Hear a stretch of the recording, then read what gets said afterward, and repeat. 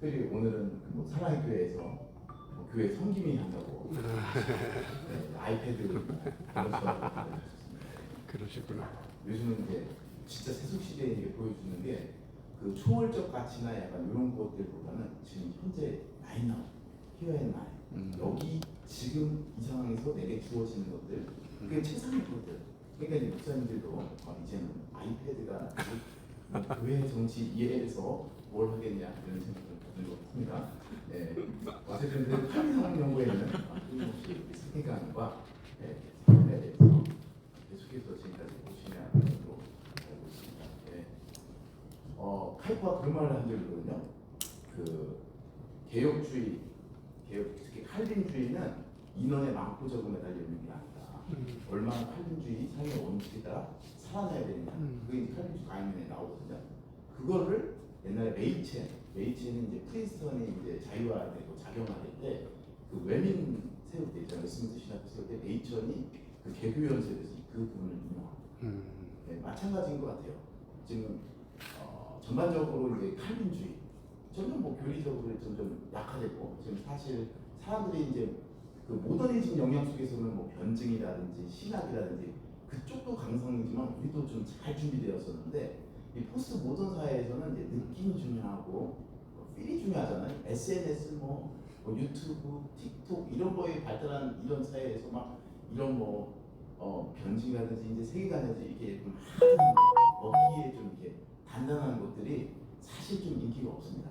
그냥 잘생긴 저 말고 잘생기고 외모가 깔끔한 남자 선수님이 기독교는 뭐야 이렇게 하면 그게 시청률이 훨씬 좋아요. 네. 죄송합니다. 네, 그래서 여러분들에게 격려하고요. 좀 이게 오늘 좀 탈교의 시대 교회는 정치를 어떻게 대할 것인가 좀 살펴보려고 하는데요. 여러분 잘 아시는 신동식 목사님 올해 8월에 그 계속해서 인원이 줄고 있는 얘기를 하고 있습니다. 합동기간이 70만 명 줄었어요. 그리고 통합은 50만 명 줄었다고 지금 하고 합동 측이 작년에 교회에 다 이렇게 폐쇄된 얘기를 하시면서 점점 이제 교회를 벗어난다는 얘기를 하고 계십니다. 여러분 근데 진짜 감사한 복음이 뭔지 아세요? 예? 요 마이크를 치우고요. 예. 좀 마이크를 다 알겠습니다. 아니 이걸 내고 이게 낫나요? 어느 게 나요? 이게 낫습니다. 어느 이게 나요? 좀 가까이 좀 가까이 좀 네, 키우든지. 알겠습니다. 네. 가까이 유연사 이게 불편하실 것 같은데. 뭐? 가까이가. 예 가까이가 이거 되는구나. 그다음에 이제 우리가 탈교의 시대라고 해서 되게 좀 우리 좀 이렇게 비관적이고 약간 낙관적일 수가 없는데 장밋빛 미래는 우리한테 없는 것 같은데 되게 감사한 게 지금 불교도 추가 지금 10년 전에 대해서 600명 추가했다면 지금 60명 되어졌습니다. 하나님은 우리만 힘들게 하는 것이 아니라 동종 업종에 있는 우리 불교들도 지금 추가를 안 하면 누가 스님을 하고 누가 손을 키웁니까? 로마 카톨릭도 마찬가지예요. 지금 정말 힘들거든요. 그 우리 그 교황께서 한국을 최초로 방문했잖아요. 그 이유가 뭔지 아세요? 지금 서구 사회에서는 신고 안 해요. 누가 합니까? 뭐가 좋다고 하겠어요. 그래서 신고를 거의 안 해요. 심지어 그 신부의 거의 꽃밭, 배추의 꽃밭이었던 남미 있잖아요. 남미도 잘 안 합니다. 오히려 남미도 어디에 쓰냐면 그 우리 순복음 계열의 그 복음주의 신앙 계열의 어떤 이쪽이 싹 쓸어가지고 지금 근데 꾸준하게 그나마 사제가 배출되고 성공이 제일 잘 나오는 그 교구가 서울 강남교구예요. 그래서 이제 처음에 그때 관리를 해야 되는 거죠. 아주 이게 그 핵심 교구이기 때문에 한국이 어쨌든 우리만 힘든 것이 아니라 불교, 천주교, 다만 이제 이슬람은 예다. 이슬람은 힘들지 않습니다. 애를 많이 낳고 소교의 강건한 그 재력을 바탕으로 이게 아주 전투력에 나가고 있는데 어쨌든 좀 저희들이 좀 힘든 상황이에요. 탈교회인 건 맞습니다. 합동 측도 그렇고 통합 측도 그렇고. 그리고 이제 김동춘 교수님의 12명의 탈교에 대해서 썼는데 거의 제가 봤을 때는 이제 그 탈교의 시대라기보다는 탈교의 현상이죠. 탈교의 현상.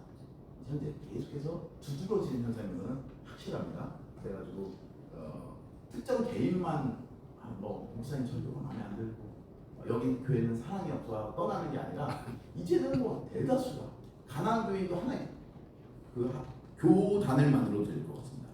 그 가나안 교인을 위한 신학교를 세워도 잘 될 것 같아요. 물론 그쪽이 헌신도가 떨어지니까 하자마자 망하겠지만 첫날은 한 몇백만 명 모이지 않을까. 그리고 잘 안 되죠. 네. 그래서 탈교회 현상에 대해서 좀 종교사회적으로 계속해서 접근하고 있는 것도 사실입니다. 근데요, 그 탈교회 그 책의 저자 중에 하나는 옥성주 교수님이라고 이제 미국 UCLA에서 한국 기독교를 강의하시는 분이 있는데 사실 이 탈교회 현상이 지금만 그랬다는 게 아니에요. 일제시대 때. 일제시대. 왜 그렇겠습니까? 그 일제시대 때 그 우리 그 신사 참배 찬성했잖아요. 전 범교단적으로 1900년 후반 이럴 때 그때 암만 해도 그때 그 한국교회 성도들이 처음에는 독립운동이라든지 민족주의의 어떤 전초기지였잖아요. 한국 기독교가 어떻게 보면 독립운동에 33년에도 꽤 많은 인원 참여했고 뭐 유관순을 비롯해서 많은 젊은 기독교인들이 독립운동에 많이 참여했기 때문에 민족이 어떻게 보면 소망이 됩니다. 소망이 돼요.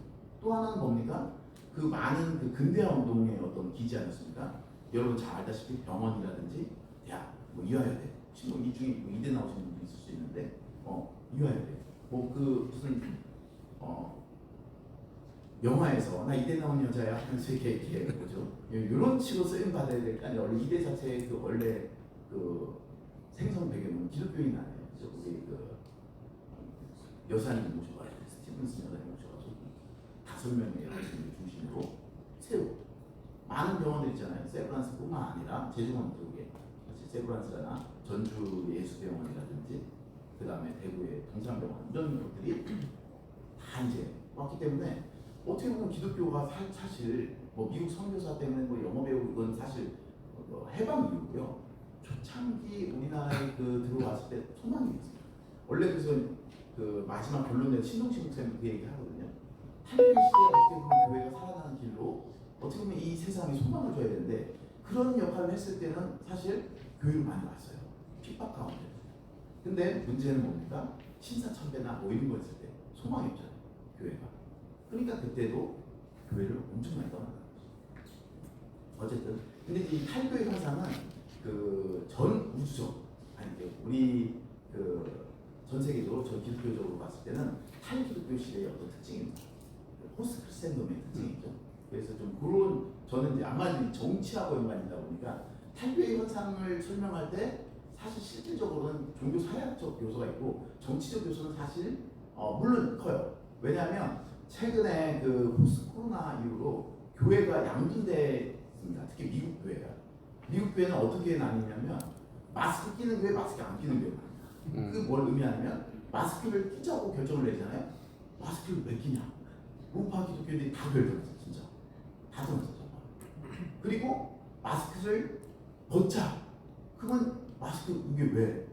우리는 숨 쉴 권리가 있다. 마스크 벗자. 뭐 이런 분들 많아요. 텍사스나 저희 아리조나에 살았었는데 진짜 저희가 출석하는 교회 PCA 교단이거든요. 건강한 교단이에요. 개혁주의 교단. 마스크 다 벗었습니다. 너무너무 놀래요. 하면 이럴 때마다 우리가 막 깜짝깜짝 놀랐는데 그때 그 신약이 개발되기 이전에 정말 많이 돌아가셨어요. 그래도 마스크를 끝까지 벗더라고요. 진짜. 그래가지고 교회가 양분됐어요. 양분됐어요. 트럼프 이후에 어떤 상당한 그런 거죠. 마찬가지로 지금도 한국교회는 좀 덜합니다. 덜해요. 물론 이제 어느 지역, 특정 지역에 대해서 이게 이제 거의 뭐 그 호남 지역에서는 우리 당 이런다고 하더라고요. 우리 당 이렇게 파란색 이렇게. 그리고 대구에 갔더니 동대구에 가면 동대구역에 앞에 팻말이 있어요. 교회가 살인마 문 뭐뭐를 교회에서 살인마 누구를 처단한 교회 팻말로 이게 쓸 수 있는 말입니다. 사실 원수도 사랑해야 되는데 살인마 뭐뭐뭐 처단하자 이게 대구에 분명히 있어요.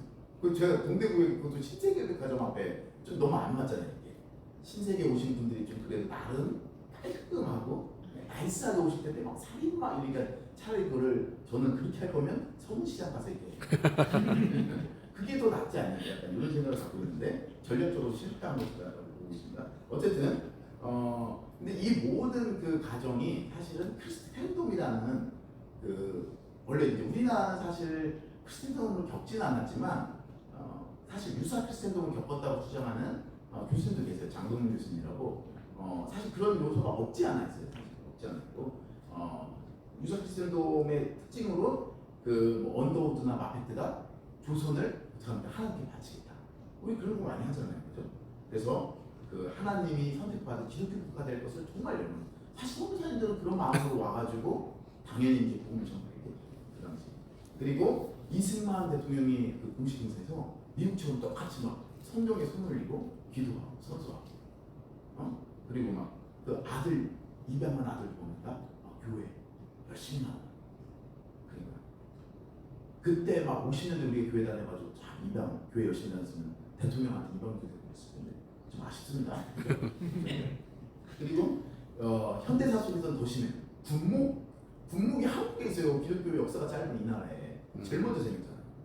군목은 미국에 나 있는데 세상에 우리 대한민국에 군목이 있어. 그리고 전군 신자원도 그거를 막 일으키셨던 분이 정말 그 육군 참모총장 승진을 외속하는 걸 봤어요.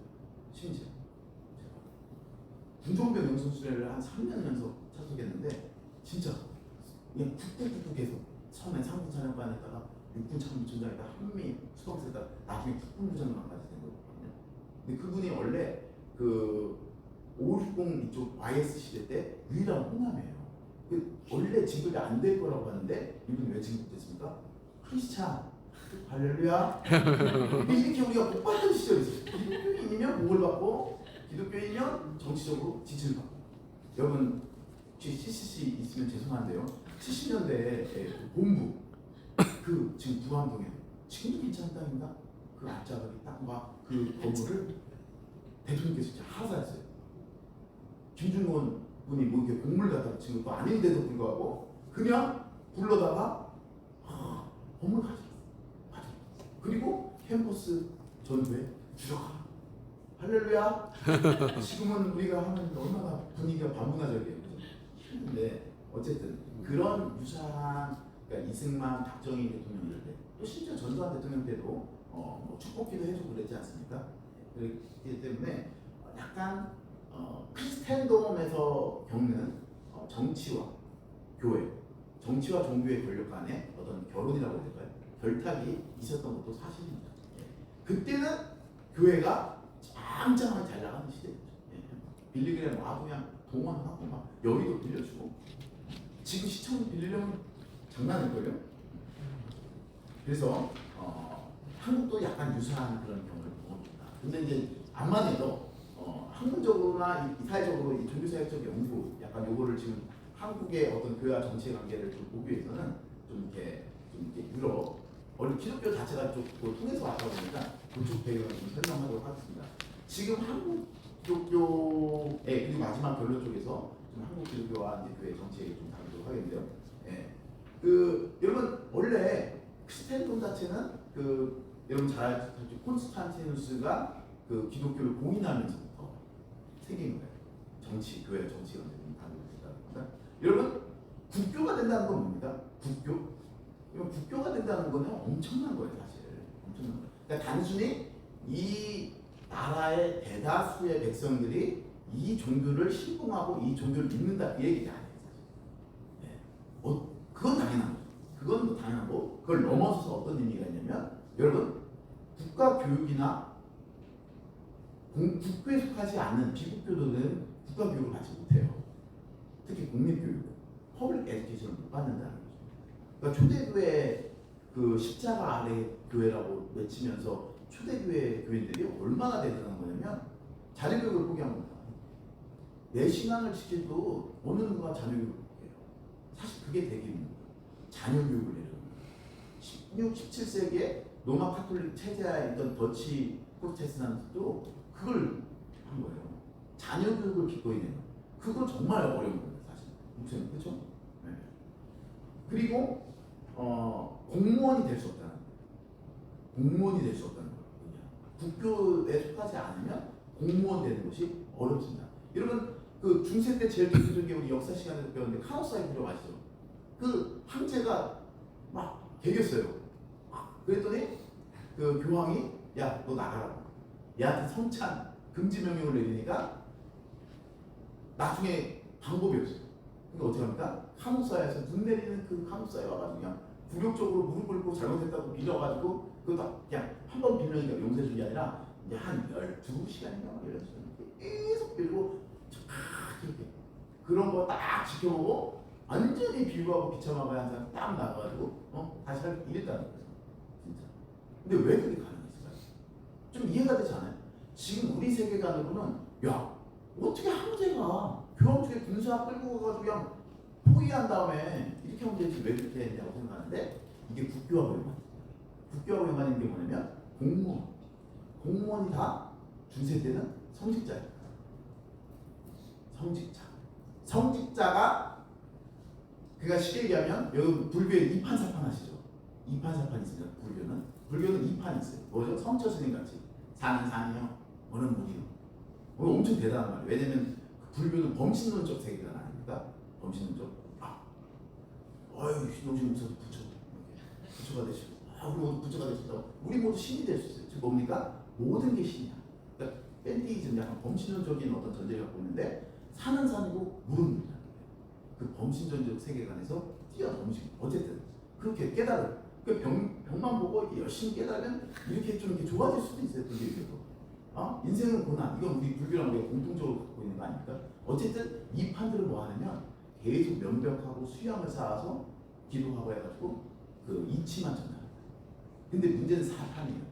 사판은 뭡니까? 조계 총무원을 놓고 막 그 불교 스님들도 대번 싸우잖아요. 칼부림하고 막 치릅니다. 네. 우리 총회는 안 그렇죠. 칼부림까지는 없고 가끔 총이 학원 오시 한번 쏘지는 않고 맞았으면 얼마나 큰일 날 뻔했어요. 근데 사반대로 뭐 하냐면 평생 행정이나 이런 정치 영역에 있는 거예요. 불교 계안에서. 근데 이게 어떻게 하게 되냐면 중세 때는 여러분 니슐레 추기경 아실 거예요.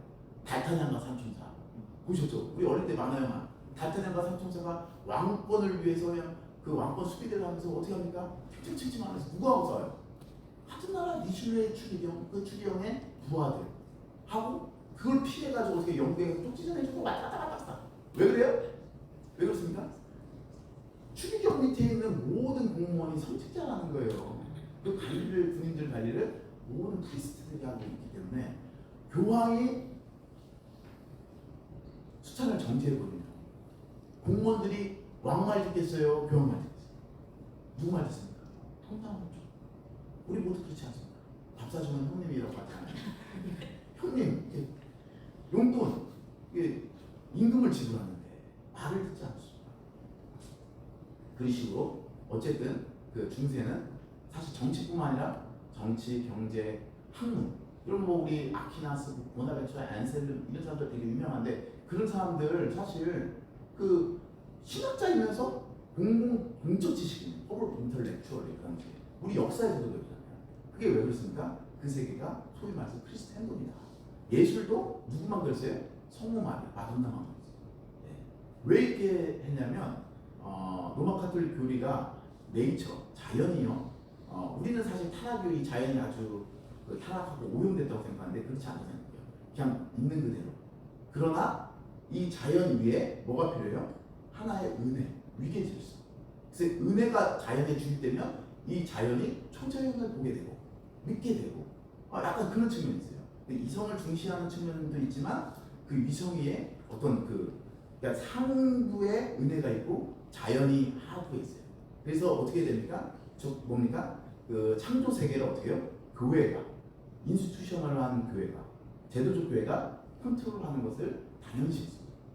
그래서 삶의 모든 영역을 정치든 경제든 사회든 학문 모든 영역이든 사실 교회가 지배하던 시절이었습니다. 그 시절로 돌아가고 싶습니다. 그죠? 안 그래요? 그때 했으면 지금 신동식 쌤 지금 여기 있을 그냥 뭐 이렇게 대통령도 나오시고 여기 있는 분들은 지금 다 대우받으시면서 살았는데 웬걸 지금 뭐 세속화를 넘어서서 그러던 이제 중세교회 어떤 그에서 이제 세속화 과정이 시작됩니다. 세큘레이제이션이라고 하는데 세속화 그러니까 지금 생각하는 우리 세속주의로서의 세속화가 아니라 약간 그 현대 사회로서의 그 사회적 분화 과정을 보는 거예요. 요 자체는 나쁜 게 아니에요. 왜냐면 이건 기독교가 영리가는 거고 심지어 우리 칼빈주의자는 칼빈주의자들 이걸 지지했습니다. 서포팅했어요. 왜요? 정치는 정치대로, 학문은 학문세대로. 왜냐하면 우리 그 개혁가들은 여러분 잘 알다시피 일상을 중시했잖아요. 아니 목사님만 소명입니까?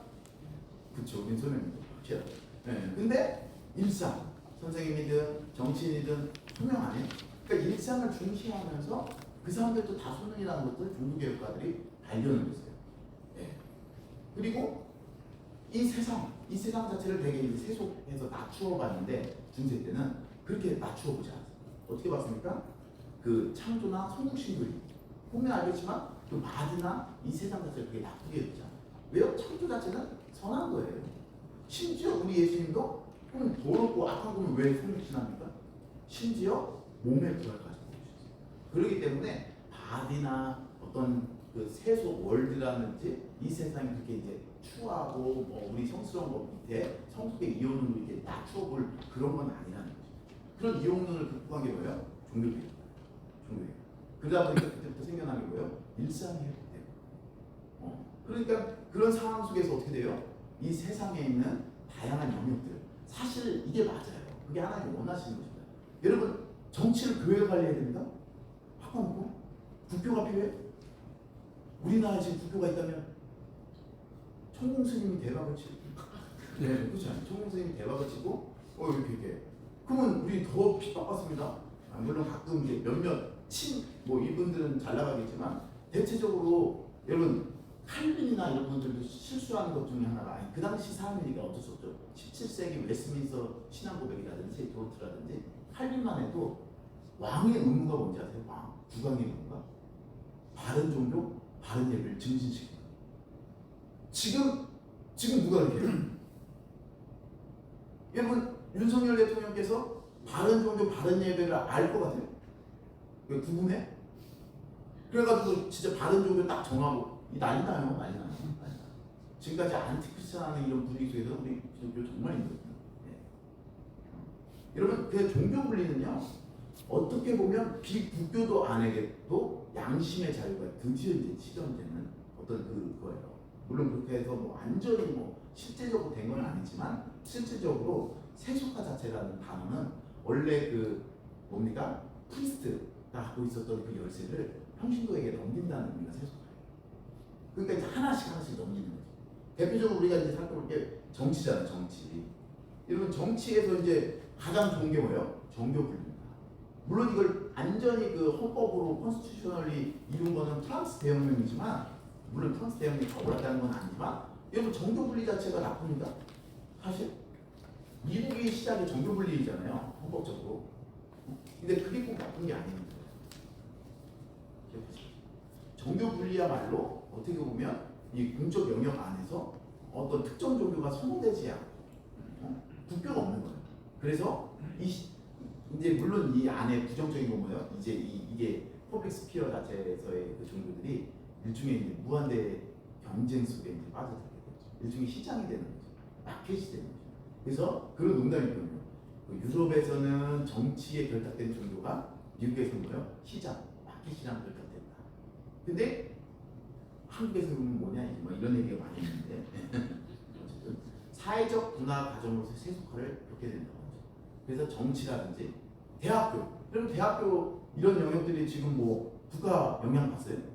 근데 모든 유럽의 대학들이 레이든 대학이라든지 칼빈주의 대학이고, 여러분 파리 대학이 이제 카톨릭 대학, 이런 모든 대학들이 사실은 성직자를 양성하기 생긴 대학이에요. 그러면서 원래 그런 기독 대학인데 지금 다 세속화되어 다 벗어났죠.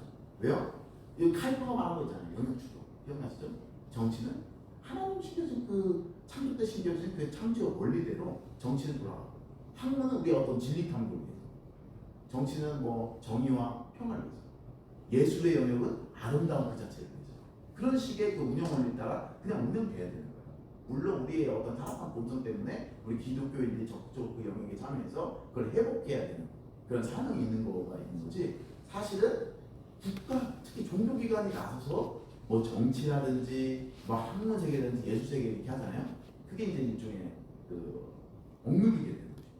근데 이런 단순히 세속화 과정은 여기서 끝난 게 아니라 어떻게까지 벌어졌냐면 그 세속주의로 가나요. 세속주의라는 건 뭐냐면 어떻게 보면 자연주의, 초자연적 세계관을 좀 배제하고, 이건 지금 소위 말해 세속시대라고 하거든요. 그 영역이 들어가는 초자연적 가치라든지 세계관을 배제시키고 이 자연주의적 세계관으로 살아가잖아요. 이러면 옛날에 우리가 생각했던 이 세상, 월드는요, 영어로 코스모스라고 해요. 코스모스가 뭡니까? 어떤 이 안의 질서, 그것들을 질서를 부여하신 어떤 신적인 어떤 손길에 대한 어떤 그 전제가 있는 코스모스가. 근데 지금은 코스모스가 아닌 거예요. 유니버스. 왜 유니버스입니까? 그냥 이 공간에 해가 뜨는 건 당연히 해가 뜨는 게 아니고 우리 지구가 자전하고 우리가 공존하고 뭐 이런 그런 해가 뜨다 이건 문학적 표현으로만 가능하지 실제 과학적으로 받아들일 수 없고 그런 세계관에 있는 사람들을 무지몽매하다고 지금 사람들이 놀리는 거지. 그래서 원래 그 세속주의가 되면서 어떻게 되냐면 중세나 특히 기독교 세상이잖아요. 크리스찬dom을 비웃어요. 비웃게 되고 그거를 인챈트드 월드라고 해가지고 무지몽매한 세계라는 거예요. 그때는 요정 날아다니는 거 있는 거고 뭐 나무에 영이 있고 약간 그런 거 있잖아요. 그런 뭐 올크나고 뭐 반지장 그런 느낌, 그런 그 이미지, 그런 소셜 이미지 속에서 모든 사람이 살았기 때문에 그때 이제 기독교가 번창하는 거고, 이런 자연과학이 발달하고 뭐 기계 문명 막 발전하면 발전할수록 뭡니까? 그런 게 없었어요. 여러분 정말 우리부터도 이 세상 속에서 뭐 꼭 인디언들만 이 세상 속에 영이 있고, 요즘 그런 사람 별로 없잖아요. 우리 어릴 때 그래도 막 귀신이 있을 것 같고 무서운 골목질하는 그런 마음이 있지 않습니까? 근데 그게 나쁜 게 아니라 영이 있잖아요. 근데 지금 그런 생각하면 진짜 이 덜 떨어진다 뭐 이렇게 하면서 그렇게 보지 않습니까? 그리고 그러니까 공간의 개념 자체가 자연과학이 너무 발달하면서 완전히 그 학문 세계 영역, 그 과학의 힘 안에 딱 굴복했다고 보면 됩니다. 옛날에는 자연재해라든지 번개치고 그러면 하나님 같은 연관시키는 영향성이 강했잖아요. 근데 지금 그런 얘기하면 뭐예요? 그런 목사님들 있잖아요. 뭐 카타리나 뭐 오면 그게 동성애 때문에 막 이렇게 저주하시는 목사님들, 그런 그 목사님들 전체 대중들이 어떻게 보세요? 진짜 무지몽매한데 뭐 하는 뜻이 있을 수 있죠. 근데 그렇게 되거든요. 왜냐? 세상이 바뀌었다는 거예요. 전체적으로 그 기독교적인 신앙을 뭐 학문 세계, 여러분 뭐 박사 논문 쓰는데 뭐 천문학과여도 이게 뭐 하나님 얘기 나오잖아요. 그냥 바로 잘리는 거예요. 우리 다 그래서 이중언을 쓰잖아요. 기도 식기와 신앙을 갖고 있지만 뭐 천문학 쓸 때는 다 그 용어로만 쓰잖아요. 벌써 여러분이 무슨 영역 주권을 몸에 배게 한 겁니다. 어쨌든 근데 세속주의적 경향성은 뭐예요? 점점 안티크리스천화돼요. 여러분 그 학문 세계에서만 되게 반기독교적이거든요. 사실은 대체적으로 지금도 미국의 대학교 시스템이 어떻게 움직여지냐면 사실은 그 포스트 모던 사회에서는 내가 속한 관점 되게 중시하거든요. 그래서 페미니스트 관점으로 심지어 자연과학을 해도 대쪽이에요. 뭐 사회과는 더 심하죠. 인문학도 그것도 오케이. 인종적 관점도 괜찮아. 가난한 자의 관점도 괜찮아. LGBT도 괜찮아. 뭐가 안 돼? 크리스찬만 안 돼요. 기독교 관점도 보면 안 돼. 왜? 반기독교적 문화가 팽배하고 오히려 동일시돼요. 더 체열하고 미국 드라마 보셨나요? 넷플릭스에 나오는데. 보셨구나. 우리 한국 배우도 나오잖아요. 그죠? 꼭 보시면 알겠지만 그 리버럴 아트 칼리지가 붕괴되는 과정을 보여주는데 그 있잖아요. LGBTQ 이쪽 조금만 언급해도 난리가 나요. 그 교수님 수업할 수 없어요. 왜요? 그 교수님 수업 장에 못 들어가요. 막 대화하면서 물러나라 이렇게 하면 끝나는 거예요. 캔슬 컬처라고 하는데 소위 그런 것들이 이 대학가나 지식인 사회에 팽배합니다. LGBTQ는 되는데 우리는 안 돼요. 단 우리만 안 돼요. 왜요? 이게 이제 처음 크리스천덤에 대한 어떤 반대 그가 있는 것도 사실. 근데 이제 문제는 이런 그 소위 말해서 엘리트 계층 안에서만 있었던 세속주의 경향성이 어떻게 봐요? 대중문화 속으로 그냥 스며들어요. 쭉쭉쭉 스며들어요. 사실 우리도 이제는 대중문화 속에서 반기독교적인 성향을 많이. 더 글로리. 왜 왕따한 애 아빠는 목사님이에요? 수많은 불교는 안 되나? 왜 우리 목사님들 딸만 이렇게 왕따 시킬까요? 저희 딸한테 내가 너 왕따 시키면 안 된다. 그래서 학교를 안 보내줬어요.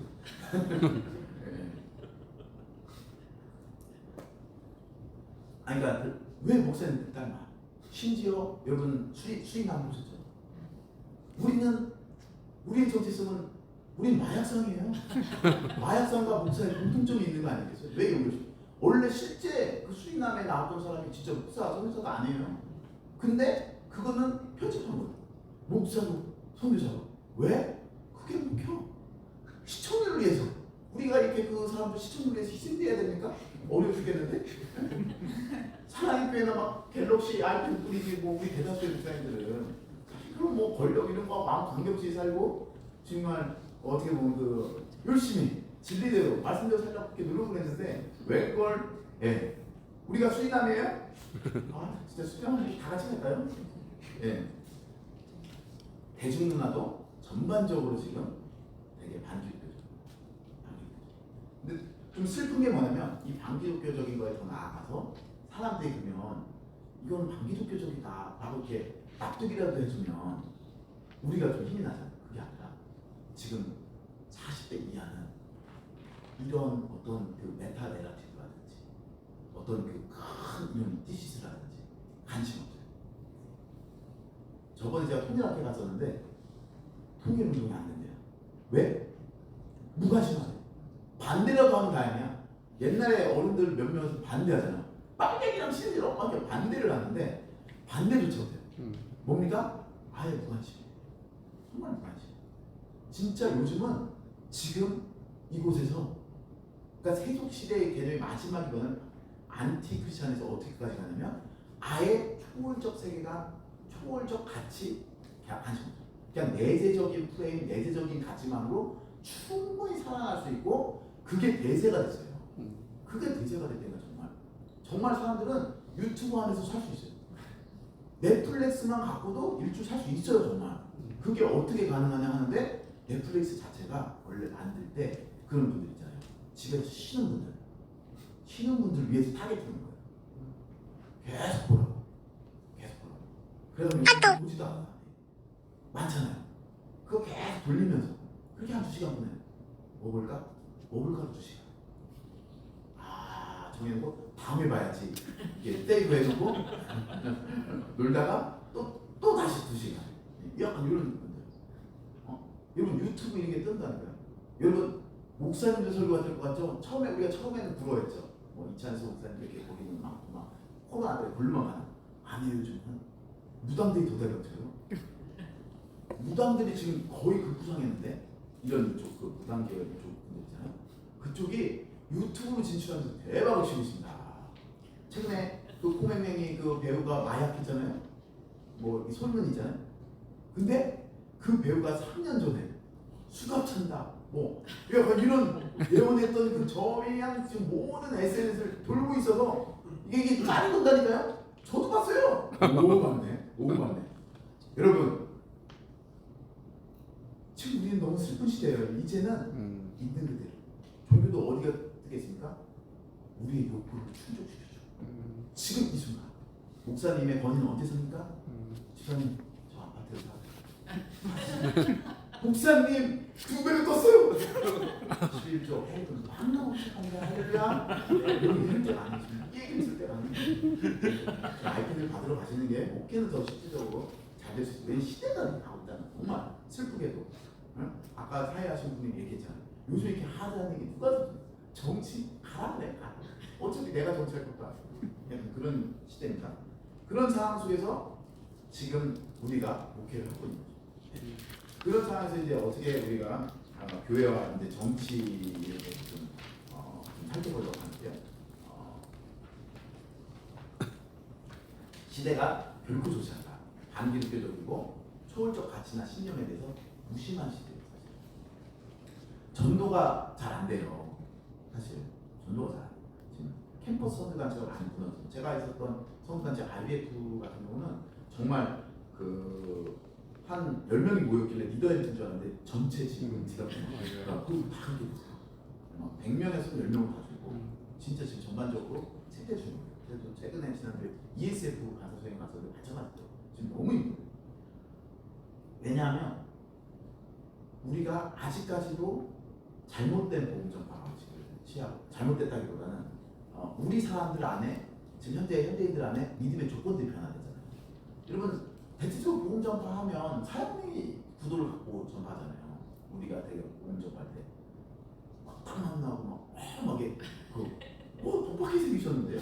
막 하면서 빛이 나요? 막 이렇게 근데 이거는 누구한테 뺏겼어요? 칭찬이지. 더 잘해 걔네가.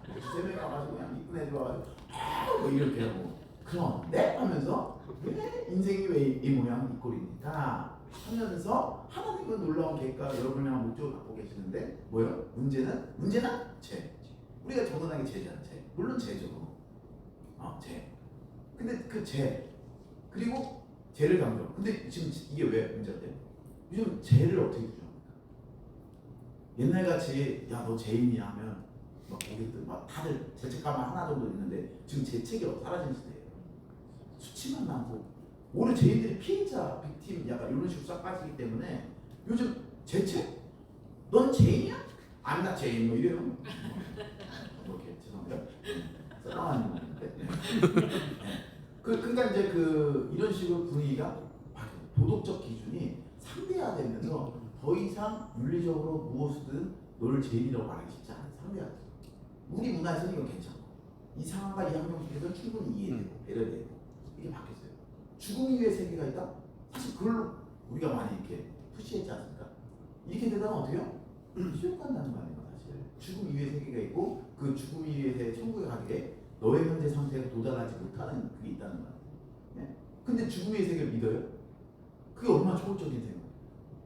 죽음 이후의 세계가 있다고 받아들일 것 같아요? 관심이 없는데 죽음 이후의 세계가 있어? 소확해. 거시적인 행복도 안 말하는 거예요. 죽음 이후의 세계 그거 언제까지 해야 돼요? 그게 아니라 소소하지만 지금 여기서 누리는 확실한 행복. 그래서 요즘 뜨는 채널이 뭐예요? 먹방 할 수밖에 없어요. 인스타그램을 보면 주로 먹방, 카페 뭐 이런 거 소개하는 거 그런 것들이 엄청나요. 교회 속에 라이크 6명 누르죠. 1000명이면 6명 누르 라이크. 근데 먹방은 몇만 해. 그런 시대예요. 그런데 거기 죽음 이후의 세계를 강조하고 되네. 그러니까 이제 우리 안에 그 윤리라든지 죽음 이후의 세계라든지 근데 그 죽음 이후의 세계에 또 도달하기 위해서는 너의 노력과 행위로는 안 되고 오직 그리스도의 은혜라고 강조를 해야 되는데 아니 벌써 이거 다 안 받아들였는데 갑자기 막 뜬금없이 그리스도 은혜 얘기하니까 쉽지가 않아. 이제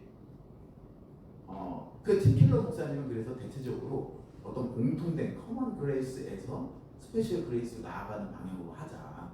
그래서 뉴욕에서 복음을 전파할 때 그 인생 공통의 질문들 있잖아요. 삶의 의미라든지 행복이라든지 어떤 이런 그 참된 사랑이라든지 이런 공통된 인간의 공통된 질문들에서 이렇게 복음으로 나아가는 방식을 취했다고 해요. 근데 그 공통된 질문 안에서 우리가 생각하는 그 행복이나 사랑은 우상이라는 거예요, 사실. 그런 식으로 이제 제가 그 어떤 우리 안에 있는 어떤 욕구를 잘 탁 쳐내는 방식으로 이렇게 바꿨다는 거예요. 아마 다음 시간에 더 잘 해주실 겁니다. 그런데 이렇게 시대가 바뀌었는데 이제 교회 역시 어떻게 돼요?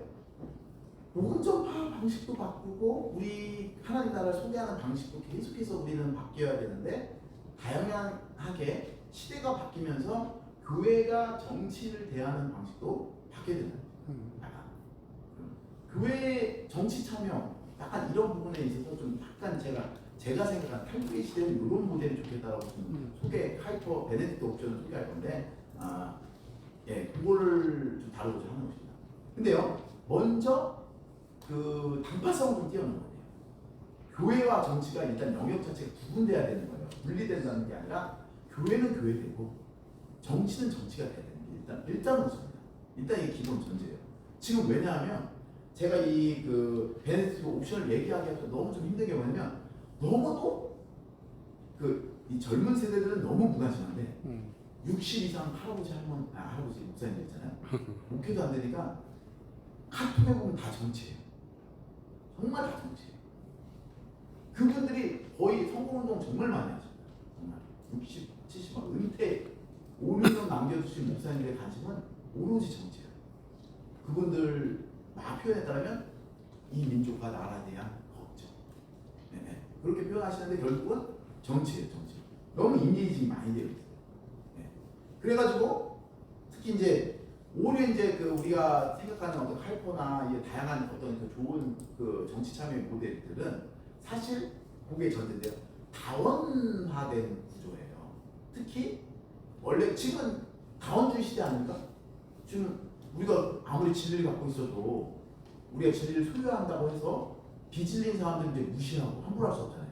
그런 사고 자체, 이런 사고 자체가 사실 그 국교적 사고예요. 우리가 막 기독교가 국교이니까 비국교들을 무시하듯이 그렇게 바라보는 것입니다. 사실 이 다원주의 시민으로서는 사실 우리가 되게 어려운 시대예요. 사실 가장 대표적인 게 동성애자들. 우리 당연히 성경도 다 반대하잖아요. 그거 찬성하시는 분 있나요? 할빈학문 연구에 오실 정도면 반대하실 것 같아요. 반대하지만 문제는 퍼블릭 스피어 안에서 어떻게 반대하냐는 또 관건이에요. 그리고 우리의 전략이 정말 매번 실패하는 것 중에 하나가 뭐냐면 그냥 그게 단파적으로만 비치는 거예요. 가장 대표적으로 이번에 작년인가요? 동성애 그 약간 그 집회가 있었어요. 서울시청 안에서. 서울시청에서 집회를 했는데 그 동성애 찬성 그룹에서는 어떻게 했냐면 그 연예인을 불렀어요. 아이돌 그룹. 막 아이돌 그룹 와서 막 노래하고 막 미국의 유럽이나 뭐 미국의 수많은 대사들이 와서 저는 소수자를 환대하고 웰컴하고 여러분을 지지합니다. 막 이렇게 했어요. 그런데 우리 쪽에서는 어떻게 했냐면 그 동성애를 반대하는 그룹. 근데 그 반대하는 그룹 안에 약간 사실 특정 정치 성향이 있는 분들이 가서 한 거예요. 근데 그게 이제 문제예요. 근데 그 어떻게 했냐면 태극기를 펼치고 일단요 어떻게 하면 꼭 북을 칩니다. 수많은 학기가 있는데 북만 쳐요. 무섭다네. 요즘은 북 쳐가지고 뭐 기분 좋은가요? 네? 북 쳐요. 북 치고 옆에 가끔 가스통 한두 개 젊은 애들이 이렇게 하면 나 약간 이런 분위기로 반대를 합니다. 그럼 여러분 같은 제3자 입장에서 어느 쪽이 더 나아 보였어요? 끌리는 거. 그냥 반대 메시지, 반대 그 이유가 뭔지 물어보기도 전에 이미 그냥 마음이 다치는 거예요. 쉽게 얘기하면 복음전도를 지금 그 지하철에서 막 사람들이 듣든 말든 주라시면서 한번 뭐 요즘 누가 그렇게 안 하잖아요. 가끔 있더라고. 가끔 저 한번 지난 봤는데 뭐 그런가 막 부친지 뭐 이렇게 다 이제 막 애기 울고 막 존나 깨고 막야 시청자 뭐 이게 물론 그분의 어떤 그 신앙이나 이건 제가 되게 정말 귀하다. 저보다 낫다. 저는 언제 한번 그렇게 한번 해본 적이라도 있는가? 약간 그런 마음이 들어서 이제 이렇게 하지만 목사님으로서 이렇게 생각할 수 있지만 사실 실제로 그게 얼마나 전도에 최근에 제가 홍대에 갔는데 어떤 분이 마술을 해가지고 사람들 엄청 많이 끌어모았어요. 대표님 진짜 잘했어요. 재밌게. 근데 무언극이었거든요. 무언인데 마술을 하는데 너무 잘했는데 그 결정적인 순간에 이분도 이거 공연 끝나고 좀 돈도 벌어야 되잖아요. 이게 뭐 이렇게 하는 결정적인 순간에 할아버지가 여기 딱 부실 쪽에 주전하게 하고 그 사이를 가운데를 빼치고 통과한 거야. 그러니까 우리 애들이 화가 난 거예요. 왜 저분 이거 하는 걸 왜 남치냐 이거지. 재뿌린 거예요. 그분의 어떤 그 퍼포먼스를. 그러니까 사람들이 막 흩어졌어요. 그러니까 너무 미안하더라고요. 예. 이게 무슨 보건정보가. 그냥 퍼블릭 스피어에서 이 사람 거 그냥 망가뜨린 거밖에 더 되냐 이거죠. 예. 그러니까 이런 식의 방식으로 지금 거의 교회가 전투적으로 교회 이 정치운동에 참여하고 있습니다. 네. 그래가지고 그렇게 되면 그 교회의 어떤 그런 순수한 이 교회와 정치가 이게 너무 결탁되는 게 약간 아직까지도 탈교회 시대, 탈기독교 시대와 걸맞지 않는 교회의 정치 참여다. 이거는 복음 전파 방식도 계속 새롭게 우리가 관계 전도를 하고 어떤 삶의 의미를 물어가면서 이렇게 끌어오듯이 정치 역시 이런 방식으로는 안 된다는 거예요. 사실 막 물론 거기가 먹히는 그 네트워크가 먹히는 세대가 있어요. 왜냐면 60대 이상은 사실 지금 우리가 경험하는 이런 세속 막 안티크리스천 이게 아니라 교회에 막 열심히 그런 뭐 가정의 핍박과 이거 뚫고 나면 어떤 일이 벌어져요? 정말 축복을 받는 경험들을 정말 했기 때문에 67십 안에 그 세계관 속에서는 충분히 예수 믿으면 복 받고 예수 믿으면 자녀들이 잘 되고 예수 믿으면 집도 사고 막 그런 것들 많이 경험했어요. 교회도 막 짜증스가 늘어나고. 근데 그런 시대 속에서 그런 한가 속에 있는 분들이 동원돼서 지금 정치차를 하고 있다. 네. 저희 어머니도 열심히 막 정광훈 목사님을 선지자로 여기며 아들을 공부시라고 했는데 관계없이 살아가요. 왜 설득이 안 돼? 뭐 그냥 뭐 하나님 뭐 너 죽어 뭐 이렇게 해서 그냥 살아가는 거예요. 되게 친밀한 모습입니다. 네. 어쨌든 그러니까 우리가 지금 생각할 때 이런 식 정광훈 목사님하고 태극기 부대 식구의 정치차면은 좀 이렇게 오히려 반기독교적인 이 현재의 그 문화를 더 가중시킨다는 걸 좀 알고 있으면 좋겠고요. 그리고 또 하나는 뭐냐면 우리나라가 분단 국가라는 거예요. 분단 국가라서 일단 너무 큰 상처가 있어요. 상처가 있고 우리나라는 지금 양당제예요, 미국처럼. 그렇기 때문에 어느 한쪽을 딱 정치에 들어가는 순간 늘 코셔서 되게 신중하고 조심해야 되는 게 뭐냐면 더 우리가 더 이렇게 라이브하지 않아야 될 이유 중에 하나가 어느 정도는 지지하는 거 표시만 특히 제도교회. 왜냐면 그 순간 교회는 이 정당이에요. 사실 우리나라에서 화가 놓고 뭐 정강 목사님 어느 당 지지하는 다 알잖아요. 사실 근데 뭐 그렇다고 뭐이 민주당 지지 목사님들 모르나요? 다 알아요. 뭐 양진일 목사님이라든지 뭐 예를 들어서 강경민 목사님 어느 당 지지하는지 누가 몰라? 다 알아요. 다 알아요. 찍어 맞출 수가 있어. 찍어 맞출 수가 있어요. 이게 말이 되는 거예요. 말이. 제3자들이나 누구들이 조금 이렇게 알면 그 목사님은 어느 정당을 지지하는지 알려주는 게 말이 되는 거예요. 저는 어느 정당 같아요. 그러니까 이 아직 잘 모르는 거예요. 그러니까 이제 이게 이렇게 됐다는 거죠. 사실 어느 정당을 지지하는지 알아? 사람들이.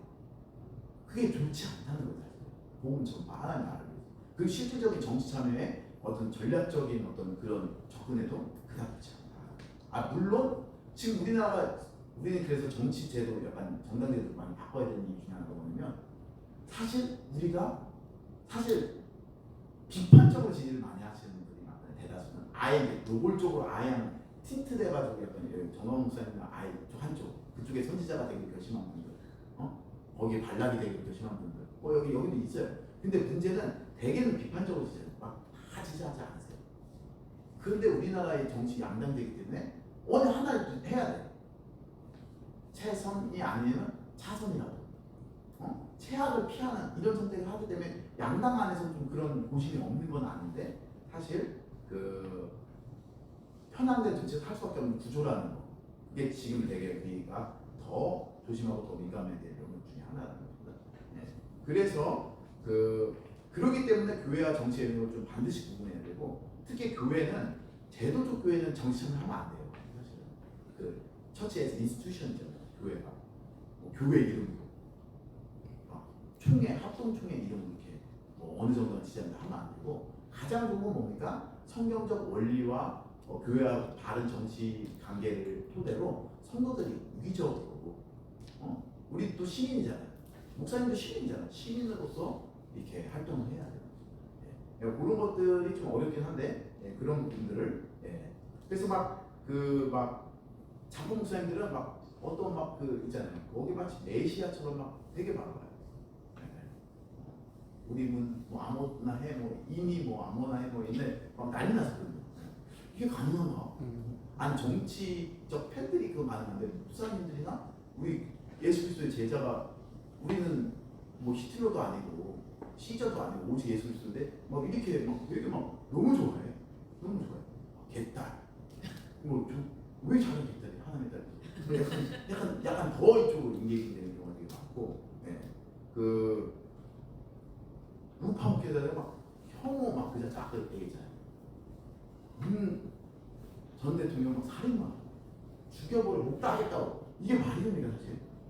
심지어 살인마인지도 모르겠지만 심지어 살인마여도 사랑해야지. 목사님들이 죽여버려 하면 자기 똑같이 살인 충동 부추기고 참 이게 교회가 할 소리입니다. 교회가 죽여버려. 이게 그러면 무슨 6.25 때 동족상장 비극하고 무슨 느낌 차이예요? 거기에 한 정파의 대변인이 절대 됩니다. 그래서 어쨌든 우리가 좀 생각하고 있는 게 뭐냐면 로드 드레어라고 그 베네트 옵션이라는 책을 쓰신 분이에요. 오히려 굉장히 보수적인 분인데 이런 책을 잘 썼더라고요. 그 입법 활동 이슈 때마다 어디 참여하면 사실 그러니까 제가 제일 싫어하는 게 동성애 반대. 딱 여기에만 막 그렇게 올인을 하면 몰빵을 하면 기독교가 그냥 반동성애 진영이 그냥 낙인되는 거예요. 왜냐면 동성애자들은 지금 LGBTQ들이 제일 잘한 게 뭐냐면 먼저 동성애 찬성 반대를 하지 않았을까요? 공론적인 접근 어떻게 했습니까? 소수자에 대한 환대, 약간 소수자 환대라는 이 코드를 잡았고, 즉 우리가 동성애를 반대할 때 어떤 효과가 일어납니까? 우리는 소수자를 증오하고 혐오하는 단체로 이게 공적으로 이게 그러니까 우리가 그걸 좀 잘 못했어요. 그러니까 동성애 반대로 가면 안 돼요. 어떻게 해야 돼요? 양심의 자유, 양심의 자유, 사랑의 자유, 생각의 자유. 양심의 자유를 먼저 가야 다원성 안에서 우리가 동성애를 반대해도 어떻게 됩니까? 보호 차원 소수자를 혐오하는 게 아니라 양심의 자유를 해가지고 이런 식으로 그러니까 처음으로 무조건 그러니까 입법을 하든 어떤 이슈 중심으로 갈 때 이슈로 바로 교회가 뛰어들면 안 돼요. 우리는 어차피 이슈 천만 성경적 원리에서 나고 성경적 원리에서 이슈하고 바로 연결되는 게 뭐가 있어요? 간접적으로 접근해야 되고 그러기 때문에는 하나님이 양심의 자유 기여이잖아요. 인간에 대한 자유 의지를 주시고 태초에서 주시기 때문에 어차피 그 헌법적 자유 아닙니까? 그 양심의 자유 어떤 그렇기 때문에 목사님들이 설교 때도 예를 들어서 동성애 반대해도 상관없는 거예요. 이 같은 양심의 자유 어떤 그걸 모임 공동체 내에서 한 거기 때문에 약간 이렇게 돼야 되는데 지금 소수자만의 이 법 지금 사실 최근에 우리가 반대하는 그 입법은 너무 강력하지 않습니까? 그래가지고 마치 막 설교자가 설교에서 동성애 반대해도 막 이게 끌려갈 그런 분이잖아요. 그러면 어떻게 합니까?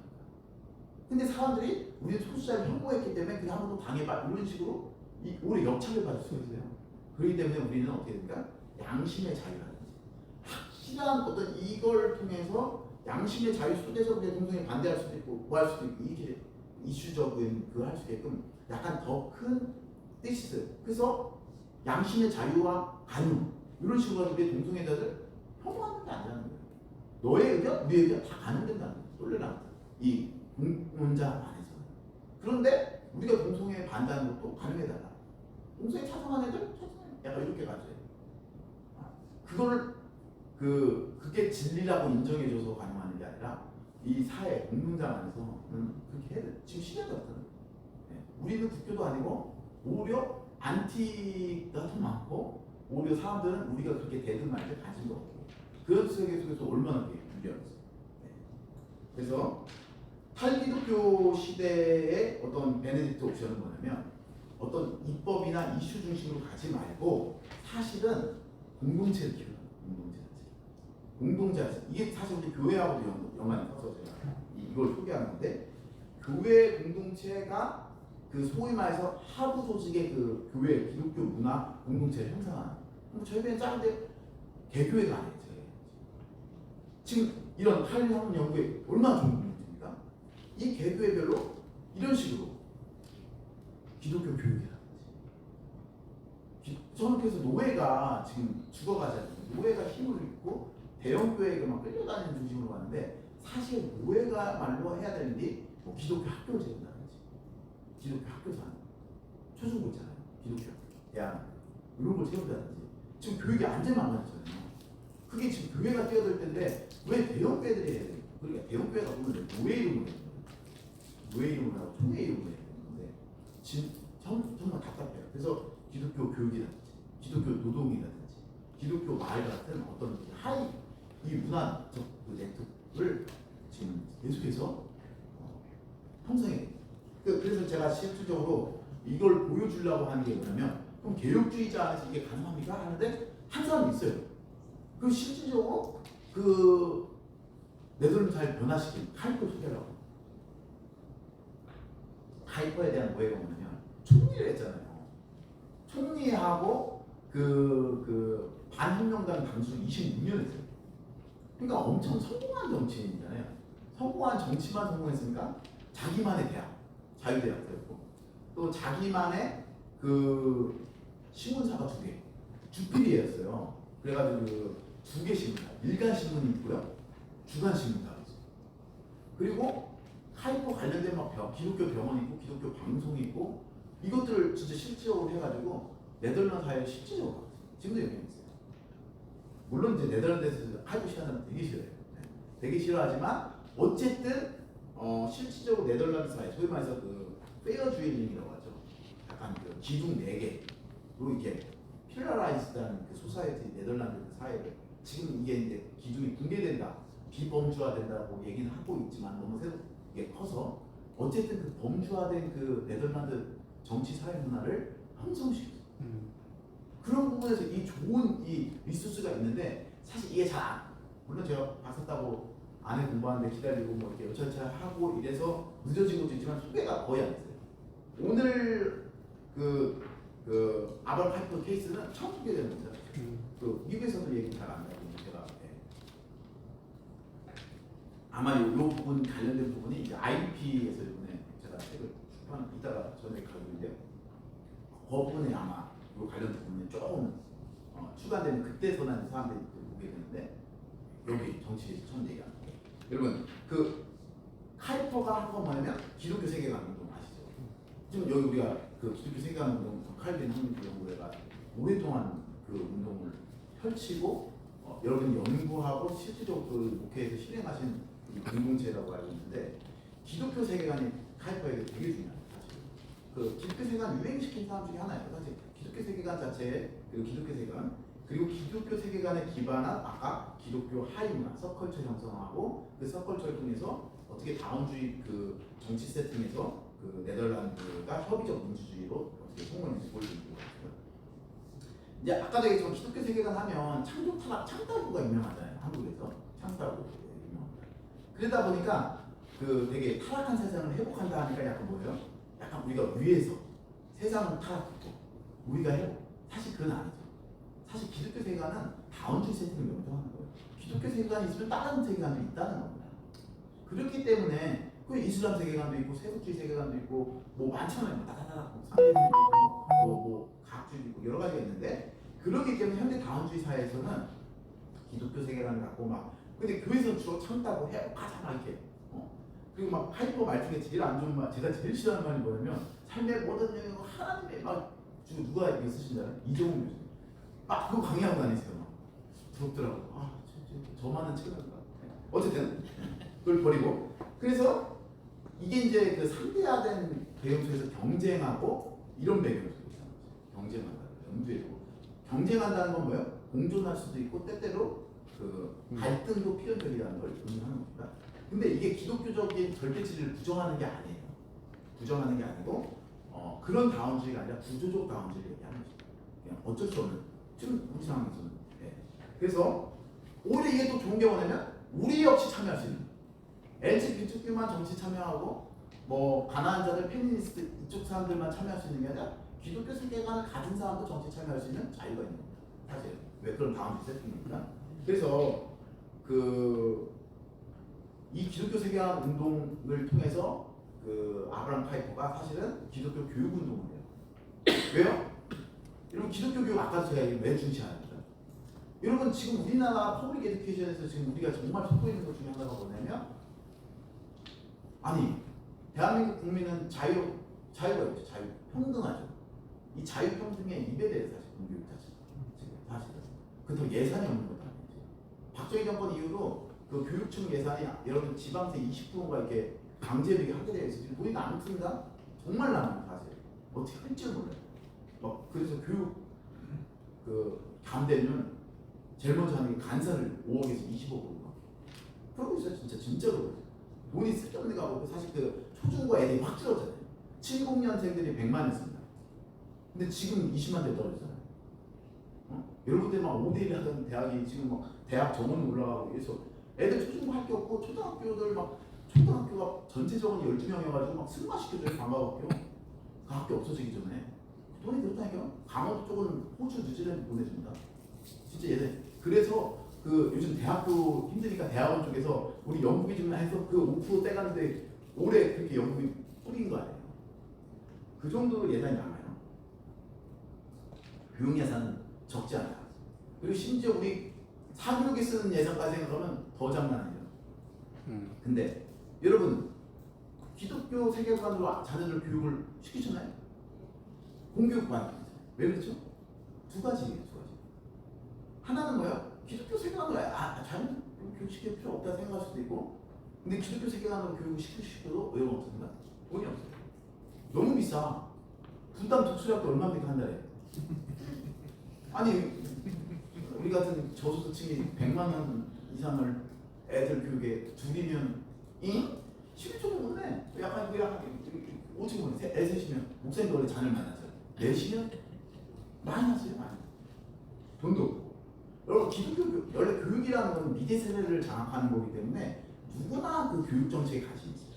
그리고 교육이 공교육의 가치 중립적에 대한 것도 말이 안 돼요. 교육이라는 것만큼 이데올로기에 쩌든 게 없어요. 사실.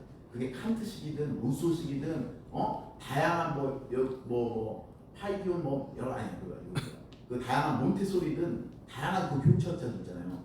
그런 식의 영향을 받아서 어떤 교육이라는 것은 어떻게 교육할지에 대한 이상향을 갖고 훈련하는 거기 때문에 교회도 제자 훈련 그냥 하는 게 아니잖아요. 뭐 예수님을 닮게 한다든지 목사님 목회처럼 완전히 흡수시킨다든지 다양한 어떤 원칙을 갖고 하는 거기 때문에 교육이라는 건 그냥 하는 게 아니에요. 옛날에 국민학교 아니었습니까? 나라의 백성 되는 교육 받는 거잖아요. 기본적으로. 그러니까 그런 식이기 때문에 모든 나라들이 사실 거기에 관심이 많았어요. 뭐 베를린, 막 독일 후발주자들도 정말 리서치 대학, 소위 말해 산업이랑 연계되어 있는 그런 대학을 형성해서 엄청나게 그 국가 그 산업 발전에 기여하도록 대학을 세웠단 말이에요. 사실은 리버럴같이 교양 중심 대학이 아니라 지금 왜 그렇습니까? 다 미국도 아론 대학, 리서치 대학이 다 돈 되는 대학. 교수님들 연봉이 다 다른 거 아십니까? 미국은 예체능이 막 5만 불 받으면 인문계가 7만 불 받고 이공계 10만 불 받고 의과 대학은 20만 불에서 시작해요. 다 다르죠. 왜 그렇습니까? 다 이게 교육이라는 게 그만큼 그 미래 세대나 돈과 여러 가지 연계되어 있거든요. 근데 문제는 뭡니까? 기독 교육을 할 수 없어요. 여러분의 세계관과 여러분의 가치관 따라 자녀들을 양육시킬 수 없어요. 공교육에서.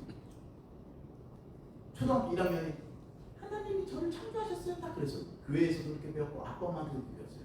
얘 안에 있는 어떤 가치관, 가정 안에서의 어떤 가치관. 근데 선생님이 야, 이 새끼 바보. 얘 너 원숭이 닮았는데 주변에 막 이렇게 막 했어요. 그럼 얘가 그냥 순간 거기 공적으로 무시당하는 걸로 끝나나요? 그게 아니에요. 얘 가치관과 얘가 짓밟힌 거예요.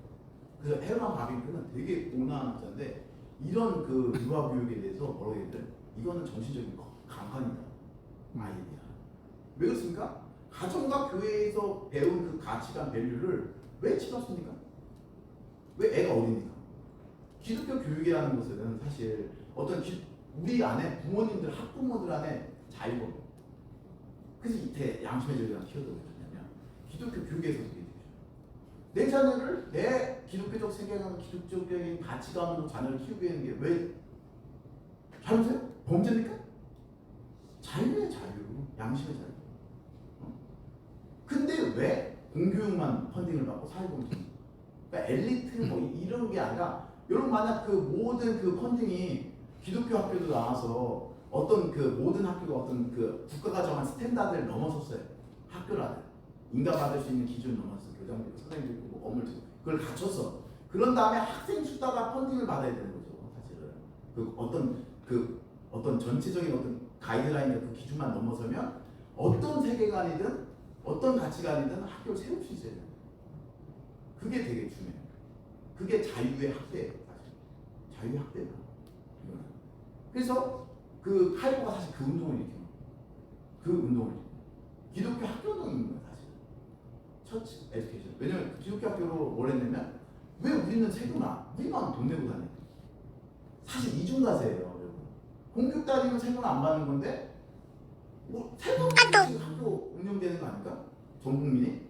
그런데 왜 기독교 학교를 가려면 돈을 한 번 더 냅니까? 이중과세라는 사실은. 그러니까 기독교 학교만 우주스 특히 돈이 많으니까 그러니까 대형교회만 되는데 그게 아니라 사실 국가 펀딩을 따내야 돼요. 사실 그걸 해야 되고 네덜란드 사회가 그래서 그런 걸 한 겁니다. 그러니까 양심의 자유. 그리고 펀딩을 따내면 어떻게 돼요? 어떤 일이 납니까? 대다수의 가난한 기독교인 부모들이 자녀를 기독교 학교에 보낼 수 있어요. 공짜면 국내 공립학교 보내겠으면 기독교 보내세요. 공짜예요. 여러분 선택은. 그게 평등하고 연관이 있는 거예요. 왜 돈 많은 사람들만 학교 선택에 자유가 있어야 돼요? 지금 사실 실질적으로 그런 거예요. 그러니까 자유와 평등의 확대에 기독교 운동이 기독교 세계관에 기반한 기독교 학교를 세우는 운동이 기여한다고 이제 공문정에서 이해하시죠? 그게 되게 중요합니다. 지금. 응? 이거는 우리뿐만 아니라 불교도 편한 거죠. 불교도 뭐 이슬람도 하라고 거예요. 다 각자 가치관 생각. 근데 저희가 무리합니다. 우리는 오래전부터 그 교육을 중시해요. 부모님들. 지금 가장 필요한 게 뭔지 알아요? 중국이에요. 중국. 기독교. 중국에 지금 크리스찬들이 1억인데요. 그 사람들이 지금 탈출을 하고 있어요. 그 시진핑 체제가 너무 독재화되고 너무 강력해지니까 억눌리면서 지금 그 기독교 교육에 대한 필요성을 심하게 느껴요. 그래서 돈 많은 크리스찬들은 미국으로 갈 수 있는데 대다수가 못 가는 거예요. 공산당 교육을 받으니까. 어떻게 합니까? 지금 중국에 공전하는 게 아니라 이미 1억이 있는데 그 사람들이 자녀들을 어떻게 합니까?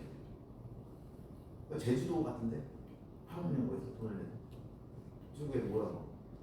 그것도 나쁘지 않습니다.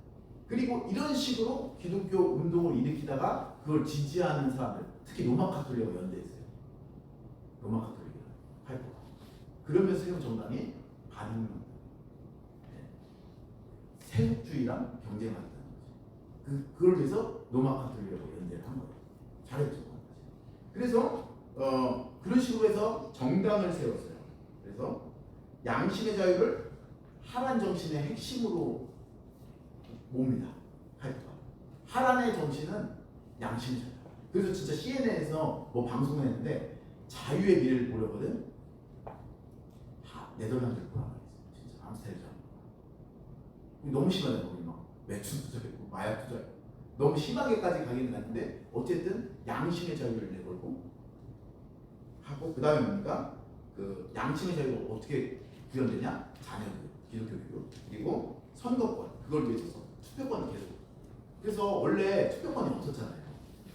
바른정당이 투표권 남자고 여자고 받을 수 있게끔 계속해서 운동을 피웠기 때문에 이런 측면에서 그 기존의 기독교인들을 일깨운 거 아니에요. 그래서 니콜라스 원터스토크는 뭐라고 얘기하냐면 정의와 평화 입맞춤 학교까지 대책에서 칼을 마치 그 해방 신학자가 줬다. 즉 개혁과 민중을 해방시켰다. 사실. 그런데 민중들 운동을 성공시킨 사람 딱 두 사람이고 제임스 그것은 카이프랑 마틴 루터 킹. 네. 그래서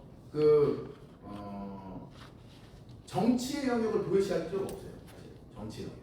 그래서 카이퍼가 이 사람들을 끌면서 기독교 운동을 일으킵니다. 기독교 학교 운동.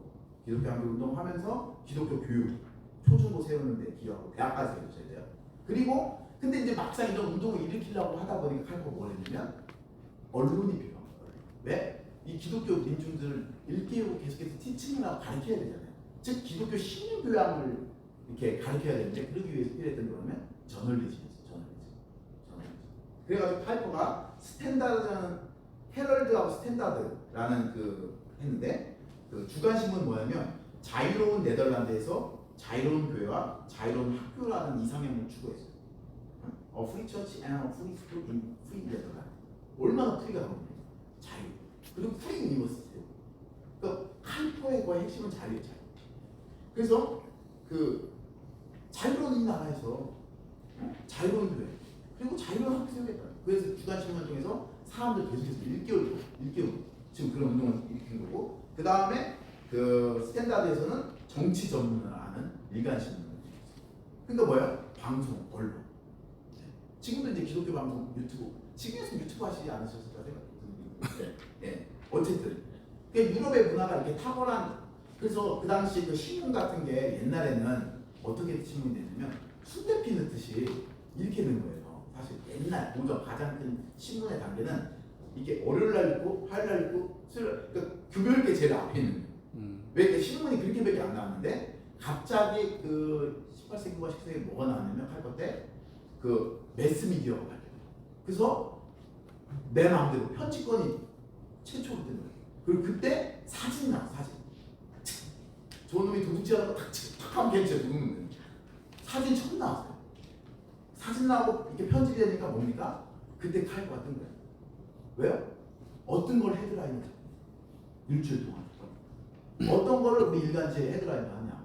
그러니까 뭡니까? 기독교적 관점으로 이 세상을 바라보는 것들을 한 거죠. 그러니까 정말 잘했어요. 그 이런 케이스가 현대 전혀 없는 게 아니에요. 보리스 존슨이라고 아시죠? 그분이 고전 클래식 전공했어요. 하이퍼 신학 전공해가지고 언론인 하다가 총리했고, 보리스 존슨이라고 영국의 전 총리 있잖아요. 그분이 그 옥스퍼드 하이퍼 레이든데이라고 네덜란드 제일 좋은 대학이고, 그래서 고전학하고 탁월한 작가였다가 총리까지 갑니다. 어쨌든 그 하이퍼가 이제 10개 머리 100개 손 가진 사람이라고 묘사되는데 엄청나게 잘하는 건 모빌리제이션 사람들. 즉 뭡니까? 기독교 학교운동, 정당, 신문, 언론 이걸 통해서 뭘 세우냐면 하이퍼 통해서 뭐 되는 기독교 학교, 스쿨 이즈 바이블. 이거는 사실 기독교 학교 운동은 미국도 많아요. 왜냐면 하이퍼 영향을 받아가지고 사실 미국 기독교 학교 운동을 했었어요. 그렇게 세워진 대학이 칼리지입니다. 사실 도르트 칼리지 뭐 이렇게 CRC 다니 대학이 5개 소개하고 있어요. 칼리만 안 되는데 도르트 뭐 그 시카고에 지금 통장하시는 분 나온 시카고에 하나 나왔고 그 캐나다에 하나 이렇게 5개 있어요. 그리고 기독교 민주당, 반영당이 지금 크리스찬 데모크리트예요. 여기 메르켈 아시죠? 유럽의 크리스찬 데모크리트 되게 많거든요. 그게 다 카이퍼 세운 안티 리볼루션 파티에서 연계돼서 나와요. 물론 이제 유럽은 크리스텐덤을 경험했기 때문에 크리스찬이 일단 많아요. 인원이 많아요. 그러니까 크리스찬 데모크리트 될 수 있었고, 그 다음에 기독교 노조, 기독교 노조 필요하잖아요. 그 다음에 그 기독교 노조로 봤잖아요. 칼빈주의 노조 세웠었고, 하란 기독교 나교회다. 그리고 기독교 방송 세웠고, 기독교 실업인문, 그리고 기독교 대학교 세웠고, 기독교 병원 세웠고, 기독교 스포츠 클럽, 기독교 레크레이션 클럽까지 세웠어요. 그러니까 뭔가 기독교를 중심으로 일종의 이런 한인 문화가 형성된 거예요. 이게 그러니까 우리가 범기독교적으로 교회 가는 게 아니라 전 교단이나 범기독교적으로 이런 것들을 형성할 필요가 있습니다. 사실. 그러니까 만약 기독교 한인 문화권에서 자란 아이의 경우 어떻게 합니까? 기독교 초중고를 졸업하고 기독교 대학을 졸업해요. 그리고 직장 가지면 기독교 노조 아니면 기독교 실업인 모임, 기독교 방송을 시청하고 기독교 라디오 정치해, 기독교 신문 읽고 기독교 정당에 가입하게 됐어요. 그리고 아프면 기독교 병원 가고, 기독교 레크레이션 클럽이나 기독교 스포츠 클럽 가서 이렇게 해요. 그러면 삶의 모든 영역에서 하나님의 주권 얘기하면 사실 내가 어릴 때부터 볼 때 그냥 하나님 주권이 드러나. 무슨 말인지 알죠? 교육적 효과가. 평생 살아가. 근데 문제는 뭡니까? 다른 세계관에 있는 애들 몰라. 이게 문제예요. 그래서 이렇게 분리된 문화권에 살아가는 사람들은 오히려 안 좋을 수 있다라고 많은 정치학자들이 얘기했어요. 이게 세그리게이션. 이게 가장 안 좋게 표현된 게 뭡니까? 남아공에서는 안 돼요. 백인 인종으로 구분하면서. 근데요, 하이퍼는 이걸 갖고 어떻게 했냐면 아까 얘기했죠. 기독교 세계관에 오만한 자세를 가지면 안 된다. 제일 중요한 게 뭐냐면 어코모데이션. 우리 진리인데 진리이기 때문에 비진리에 이게 굴복하는 게 아니에요. 사실 비진리와 타협하는 게 아니에요. 사실. 그런데 공적 영역이나 정치 영역에서는 타협이 필요해. 사실 우리 왜 계속 조선시대처럼 계속 당쟁할 거예요? 응? 그게 아니에요. 사실 오만한 자세를 하면 안 되고 선과 악의 구도로 나는 선하고 너는 악해. 사실 우리 지금 대한민국 정치가 선악구도 아닙니까? 이분법적 자세고 또 자기 세계관에 대해서 오만한 자세예요. 오만한 자세. 근데 지금 되게 유명한 비교 정치학자 아렌트 네이파르트라는 사람이 있어요. 그 사람이 이런 이분법적 사고나 어떤 오만한 태도가 어디서 더 심각해지냐면 양당제 국가에서는 지금 이 모양을 보입니다. 계속 그렇게 될 거예요. 조선도 그랬고 뭐 약간 이렇게. 사실 양당제 국가에서는 이렇게 세그리게이션 되면 백인들이 안 좋았어요. 박살났어요. 더 안 돼. 그런데 다원적인 정당, 다수 정당이 있는 데서는 오래도 잘 됐어요. 왜? 절대 한 정당은 다수가 될 수 없어요. 절대 혼자 다수가 됐었고 연정을 해야 돼요. 연정을 해야 돼요. 사실 우리나라도 절대 대수가 안 되는 것이 심각해요. 사실 양당이 차지하는 그 선거 여러분 그거 보잖아요. 심각해요. 한만큼 그 민의가 변질되는 나라가 없어요. 유권자 표와 이 정당이 획득하는 그 어떤 권력이 이렇게 불비례한 나라가 없었어요. 그 21년도에 그 제가 표 해보면 여기 북쪽 메모 보면 한국이 21.97이에요. 이렇게 높은 나라가 네덜란드는 1.08. 그냥 민의대로 선거 의원 가져가는 거죠. 지금 뭡니까? 네덜란드 비례대표예요. 투표수 따라서 정당이 받은 그 지지율 따라 가져갑니다. 다 가져가요. 15%. 근데 우리나라 어떻게 되니까 이게 지역구 뭐 이렇게 해가지고 딱 가져가면 승자 독식. 승자 독식이고 사실 막상 뚜껑 열면 지금 대통령도 50%를 못했어요. 이전 대통령도 마찬가지고. 투표율 뭐 70%에 지금 40%는 사실 실제로 30%. 30%의 국민이 지지하는데 100%의 권력. 뭔가 심각하지 않게 하는 원하시나요? 민의가 제대로 반영되겠어요? 민의가 어차피 우리가 아쉬워서 그냥 여기 하나 밀고 여기 밀어요. 이건 원치 않아요. 미국도 심지어 13.35고 일본도 10%인데 한국이 20% 넘는다니까. 그러니까 뭐예요? 제3당이 쓸 수가 없어요. 근데 뭐 제가 뭐 제3당 지지하다는 얘기가 아니라 다원적인 우리 국민들의 이제 선진국이 반영이 되고 이런 식으로 되면 사실 다원적인 어떤 사람들의 생각이 차이가 쫙 펼쳐질 텐데 뒤들리는 거고 그것들을 그냥 양당에다 해야 되는 게 이게 사실 이게 약간 개발할 때랑 또 다른 거예요. 그래서 요 부분에서 오히려 되게 이제 독일이나 이런 데는 네덜란드 같은 구조잖아요. 유럽은 대체적으로 그 연정을 해야만 권력이 안 되는 거고 연정 붕괴되면 맨날 권력이. 그러니까 이게 뭐냐면 민의는 제대로 반영되는데 민의는 선진국일수록 민의는 제대로 반영되는데 권력 자체에서 사실 불안하대요. 그런 측면에서 권력이 갖지를 못하는 거예요. 아차서 연정 붕괴 한쪽이 나가면 그냥 총리고 뭐 그쪽 내각이 다 붕괴되니까. 그리고 미국이나 영미나 우리 한국 같은 경우는 권력은 되게 비대해지는데 민의는 왜곡된다. 그런 측면이 있어요. 근데 오히려 지금 그 네이프할 때 기념비적 저술에 보면 폴리틱 오버 어코모데이션이라고 플러리즘 앤 데모크리시 인 더 네덜란드 번역이 안 됐어요. 근데 이제 네덜란드 안에 이걸로 되게 유명한 정책이거든요. 그 뭐냐면 다원주의 속에서 어떻게 정치를 해야 되느냐를 갖고 성공했는데 오히려 그러면 네덜란드의 그 정치가 연정을 해야 되니까 불안해야 되는데 왜 잘 되냐는 거예요. 그게 이제 학문적인 의문이었어요. 그게 이제 하이퍼가 얘기하는 그겁니다. 그 네덜란드는 실질적으로 하이퍼가 세운 칼빈주의 로마 카톨릭 연합의 크리스천 데모크래시고 하나는 뭐였죠? 소셜 데모크래시, 사회민주주의, 소위 말하는 공산 사고가 있고 그 다음에 이제 리버럴 데모크래시, 진보가 아니고 지금 거의 높아졌죠. 그 다음에 하나가 어쨌든 하여튼 4개의 정당, 로마 카톨릭, 사회주의, 진보조철이 그 다음 우리 로마 카톨릭과 우리는 연대일 때 있고 분리될 때 있고 그래서 칼빈주의 이게 4가지가 근데 여기서 칼빈주의를 루터나로 바꾸면 독일, 크리스천 데모크래시 이렇게 돼요. 이 4개가 주로 이제 큰 그 필라 기둥인데요. 여기서 파이퍼가 되게 잘하는 게 있어요. 기독교 세계하는 거 아니면 사실 우리 로마 카톨릭과 연합할 수 있어요.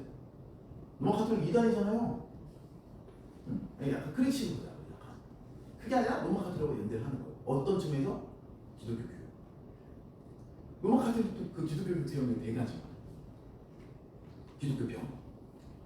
오히려 더 잘 되죠. 우리나라에 유명한 기독교 대학이 어디 있어요? 연세대 세속화된 지 얼마나 오래돼요? 하던데? 네.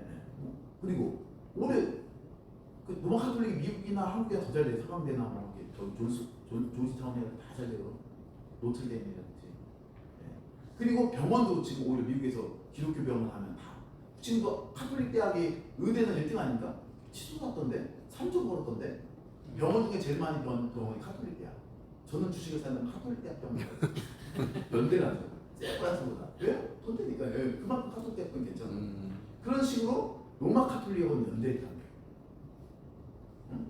투표권 넣으면서는 뭐 어떻게 됩니까? 기존의 그 보수적인 정당에 나머지 정당이 다 소셜 데모크래시.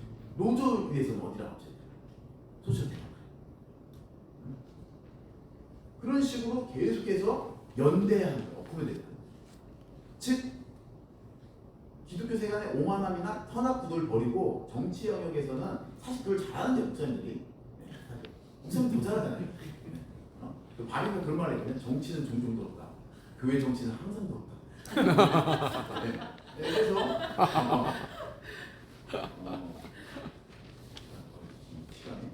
그래서 네덜란드는 그때 이 범주화하고 또 좋은 게 뭐냐면 헌법에 이렇게 헌법 6조 1항에 따르면 모든 사람은 개인적으로나 혹은 공동체적으로 이게 공동체적으로 이런 표현 나왔거든요. Individually and in community 자신의 종교 혹은 신념을 자유롭게 드러낼 수 있는 권리를 가진다. 이게 뭐냐면 여기서 신념은 종교뿐만 아니라 모든 세속주의 신념까지 다 포함하는 거예요. 지금 뭡니까? 종교적이든 세속적이든 삶의 합심과 세계는 다원적이어서 종교적 역시 세속적 신념하고 이렇게 동등한 대우와 존경을 받는다는 거예요. 근데 개별적 권위뿐만 아니라 10조입니다. 공동체나 그룹의 일원으로 행할 수 있는 권리 또한 규정되었어요. 그래서 하위 문화권에서 그 문화권에서 일어난 거에서는 노타치예요. 노타치. 네덜란드. 노타치. 그래서 종교적 그룹 안에 속한 사람이 동성애 반대해도 그건 대초해요. 그 그룹에서 온 거니까 그 종교 그룹 안에 자유가 있다. Individually and community. 그래서 네덜란드는요 어떤 한 특정 그룹에게 프리퍼런스를 할 수가 없어요. 만약 기독교에게 뭘 준다 그러면 다 줘야 돼. 얘기다. 그러다 보니까 네덜란드 인구수에 비해서 가장 많은 이슬람학교가 되죠. 지지받는. 즉 뭐예요? 토수자도 실질적인 양심의 자유를 구현되는 거예요. 물론 이제 지금 네덜란드 안에서 지금 문제가 뭐냐면 막 극단적 무슬림 폭력 이런 것들을 어떻게 이제 케어하느냐 문제가 있는데 그런 게 있어요. 어쨌든 자유가 극대화되는 측면이 있어요. 소수자. 그러면 이게 어떻게 이 자유가 극대화되는데 사회가 안정적이냐? 아까도 얘기했지만 그 카이퍼가 어코모데이션 즉 맞추는 거예요. 즉 카리스마 있는 리더십들이 그 신뢰받는 그 리더십들이 되게 이것들 되게 잘했습니다. 기독교 노조 구성하고 막 노조이 개발되는 사회주의당을 연관하고 실업인 모임하고 뭐 이들 입증 대변할 때는 뭐예요? 우경이에요. 자유주의들 때문에 반종교적 가치에서 노마 카톨릭하고 연합하고 반사회주의 가치에서 노마 카톨릭이나 자유주의 정당이랑 또 연합. 그래서 그 오만한 태도가 아니라 성가하게 이분법을 포기하고 나서 각자 좀 이렇게 맞춰가는 그런 이걸 여러분이 꼭 읽어보시면 될 것 같아요. 그래서 마지막으로 이제 제가 그 무티 리더십으로 그 유명한 그 누구죠? 그 앙겔라 메르켈이 있는데 그런 얘기예요. 앙겔라 메르켈이 되게 그 크리스천 데모크라시 메르켈이 기독민주당 당사면 이슬람이 독일은 진짜 심각하거든요. 이슬람 유입이 많은 난민 정책이나 이런 걸로 되게 유명한데 너무 이슬람 많이 와서 이러다가 우리 기독교 국가가 아니라 이슬람 국가 되는 거 아니냐 질문했다는 거예요. 그때 메르켈이 뭐라고 얘기했냐면 야 독일의 이슬람화가 주려면 뭐래요? 당신이 속한 교회 공동체에 최선을 다해. 최선을 다해. 이게 뭐예요? 지금 뭡니까?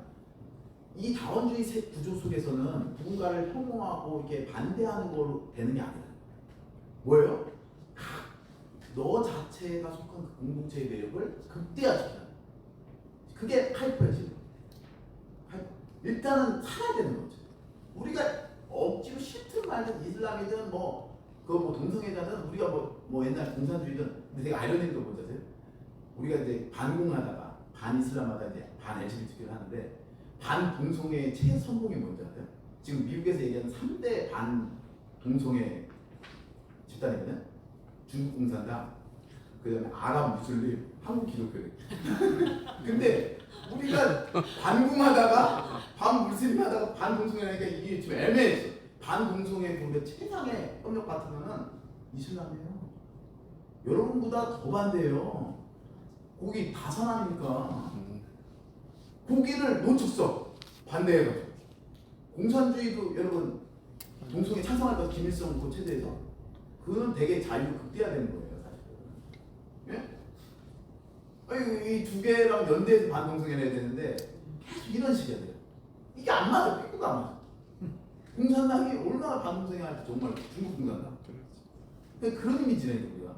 일관성도 없고. 근데 어쨌든 반대로 하지 말고 반대하고 막 붙이고 태극기 휘날리면 너무 우리가 더 이렇게 더 이렇게 사회에서 마지막에 밀려나고 정치적인 영향력도 발휘도 못하고 실질적으로 여러분이 하고 싶은 거 하나 하려면 어떻게 됩니까? 오히려 우리의 진리 뽑히기 위해서 우리의 아름다움 극대화시 기독교 교육이라는 거지. 그거 얼마나 멋있어. 우리 사실 기독교 교육이 우리가 진짜 제일 잘할 수 있어. 그리고 기독교 언론 뭐 이런 등등 이 서커처들을 연대해서 일단 기독교 안에서 계속해서 그것도 키워나갈 뿐만 아니라 기독교 세계관에 기반 하위 문화가 좀 먼저 형성되면 어떻게 되니까 연대할 건 연대하고 왜냐면 이슈는 충분히 어디하고 연대할 수 있잖아요. 반동성의 이슈 갖고 왜 이슬람하고 연대하면 안 됩니까? 왜 로마 카톨릭하고 연대하면 안 돼요? 그 기업가족 이런 것들하고 왜 사회주의 정당이나 이쪽하고 연대하면 안 돼요? 사실 이렇게 해야 돼요. 왔다 갔다 할 수 있어요. 그러니까 그 상황 현 시대에 따라서 적응하는 그런 정치력을 보여줘야 될 때가 된다. 그래서 오히려 그 참된 칼포가 제일 강조했던 거는 진정한 칼빈주의자는 진정한 민주주의자다. 최고의 민주주의. 지금 뭡니까? 하나님 나라를 섬기되 우리가 하나님 나라를 정말 잘 섬기는 건 뭡니까? 물론 우리 신앙 안에서 그러니까 그거예요. 우리가 하나님 나라를 잘 섬기고 하나님 주권 잘 섬기려면 우리 기독교 세계관에 기반한 그 문화를 형성하고 최소한 다해 기독교 공동체에 올인해야 됩니다. 올인해야 돼요. 그리고 나서 어떻게 돼요? 커먼 룰 공공선을 위해서 기꺼이 협력하고 약간 맞추고 이렇게 이런 식으로 이것들 두 가지 동시에 되는데 먼저는 커먼 룰로 가고 나서는 어떻게 이게 우리 봤을 때 기독교 공동체를 계속해서 일구고 그 안에 하위 문화를 형성해서 기독교 세계관의 운동을 약간 공동체적으로 이렇게 펼쳐야 되고 또 그 다음에 우리 하나님 나라뿐만 아니라 이 하나님 나라의 백성은 이 나라 백성으로서도 공동선에 기여할 수 있음을 좀 보여줘야 됩니다. 예, 강의 마치도록 하겠습니다.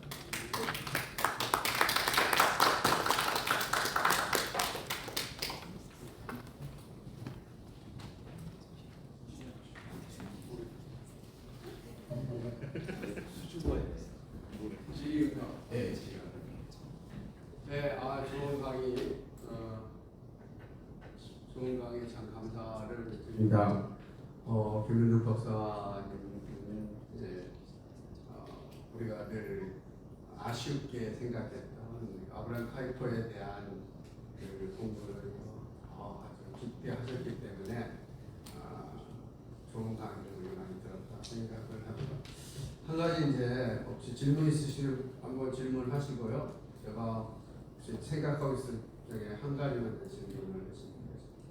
양당 체제 속에서 한국교회 성도들이 정치에 대한 선택을 할 때 어떻게 하는 게 지혜로운지 저는 이렇게 들으면서 뭐 파이퍼의 생각이 참 좋았는데 프란시 셰퍼가 얘기하기를 이렇게 이야기를 했거든요. 우리는 사회주의나 민주주의 그게 아니라 우리 인본주의와 대항해야 된다. 이것이 정치 참여에 아주 중요한 요소. 저는 그렇게 생각하고 또 그렇게 인식하고 있는데 한국 교회와 한국 교회는 어떻게 했으면 좋겠을까?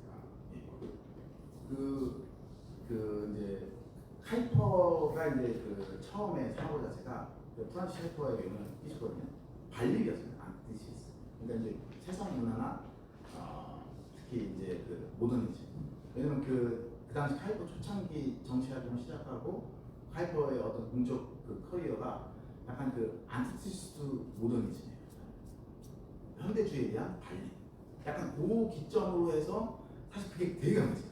그래서 어느 정도까지 얘기하면 학문할 때 심지어 그 오디너리 피플이고 익스터널 오디너리 피플이 있다고 해가지고 중생한 사람이 하는 학문 다르고 중생하지 않은 학문 다르고 그런 정도로 이걸 이분적으로 이렇게 분류해서 약간 어쨌든 그 정도로 발림을 했고 그런 측면에서 기독교 하위문화 형성하는 데 되게 잘했습니다.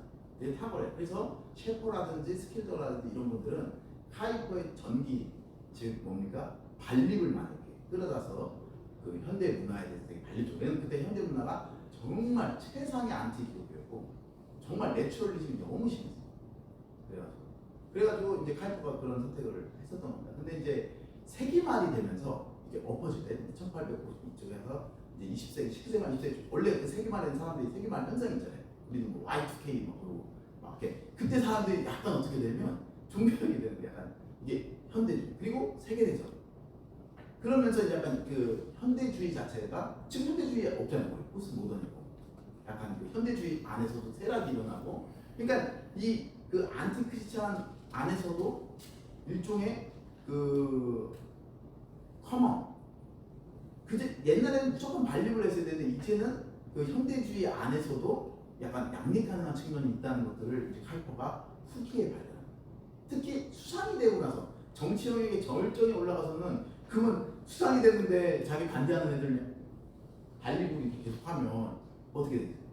그러니까 어떻게 되냐면 카이퍼 그때 쓴 책이 뭐냐면 커먼 그레이스, 일반 은총이에요. 그러니까 뭐냐면 공통성을 강조하기 시작했어요. 카이퍼가 첫 창기는 반립, 안티치스를 하다가 후반기로 가서 커먼 그레이스. 그렇기 때문에 이제 카이퍼 다음 세대 약간 1.5세대 후반인 바빙크 같은 경우는 오히려 공통성을 더 강조했어요. 그래서 이제 그거예요. 이제 카이퍼는 그래서 원래 실질적인 그 프랙티스를 더 열심히 했기 때문에 이 반립과 이 일반은 좀 이 두 가지의 관계를 조직신학적으로 정리를 못했어요, 솔직히. 근데 바빙크 같은 경우 좀 잘했는데 이게 이제 저는 이제 그 기존 문화에 대해서 이제는 그래서 한국교회가 되게 반립으로 갔어요. 왜냐면 이제 우리가 영향받았던 기독교 세계관 운동주가 누구냐면 셰퍼, 도이베르트는 더 심해요, 더 반립. 도이베르트는 뭐 바빙크, 뭐 카이퍼 비판하는 거 비판하면 이 카이퍼 바빙크가 그 스콜라 철학 썼다.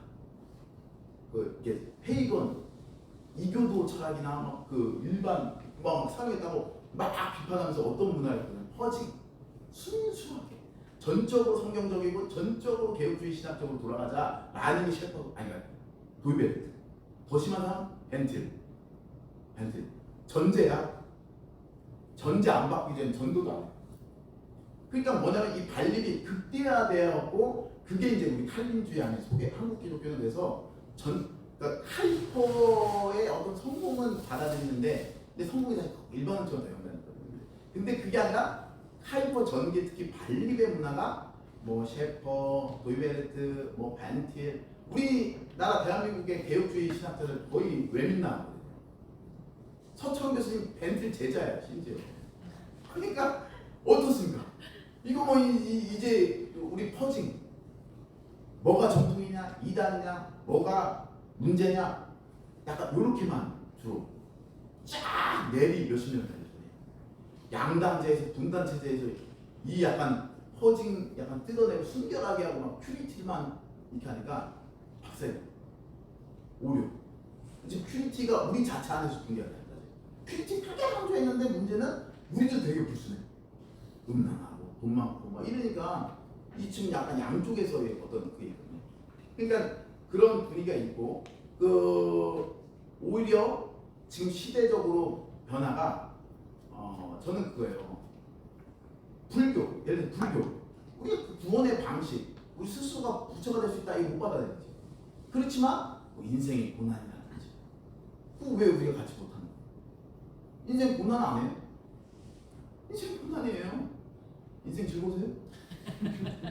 근데 약간 이런 식으로 우리 공통된 영역이 있는데 이제는 특히 공적 영역에 들어갈 때는 이제 예를 들어 신학이라든지 아까 얘기했죠. 교회와 정치가 분리돼야 될 때 교회는 정치나 이런 세상 문화 교회는 교회다.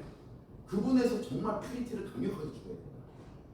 그때는 안 하시고 정치 다른 타자한테는 되게 그 순결을 추구하는데 정작 자신이 추구해야 되는 거예요. 순결은 우리 교회가 순수함을 추구해야 돼. 사실 교회는 교회되고 예배는 예배되고 정치 영역에서 우리 제도적 교회는 정말 끊고 관심 끄고 그냥 예배 안에서 그 문화 기독교 하위 문화를 형성하고 세계관을 교육을 정말 열심히 성실하게 가르치고 이런 거에 집중해야 된다. 그러나 공적 영역, 소위 말해 이중언어잖아요. 공적 영역에 접근할 때는 어떻게 됩니까? 우리가 더 이상 반립의 문화로는 우리 되게 외톨이되니까 외톨이고 그냥 계속 소외되고 뭐예요? 아까 얘기했잖아요. 동성애를 반대하는데 이슬람 놓치고 공산주의 놓치니까 우리끼리 로마 카톨릭도 싫어했고 누구 싫고 심지어 개혁주의 안에 분열이 있는데 뭘 해낼 수가 있겠어요? 뭘 해낼 수가 있어요?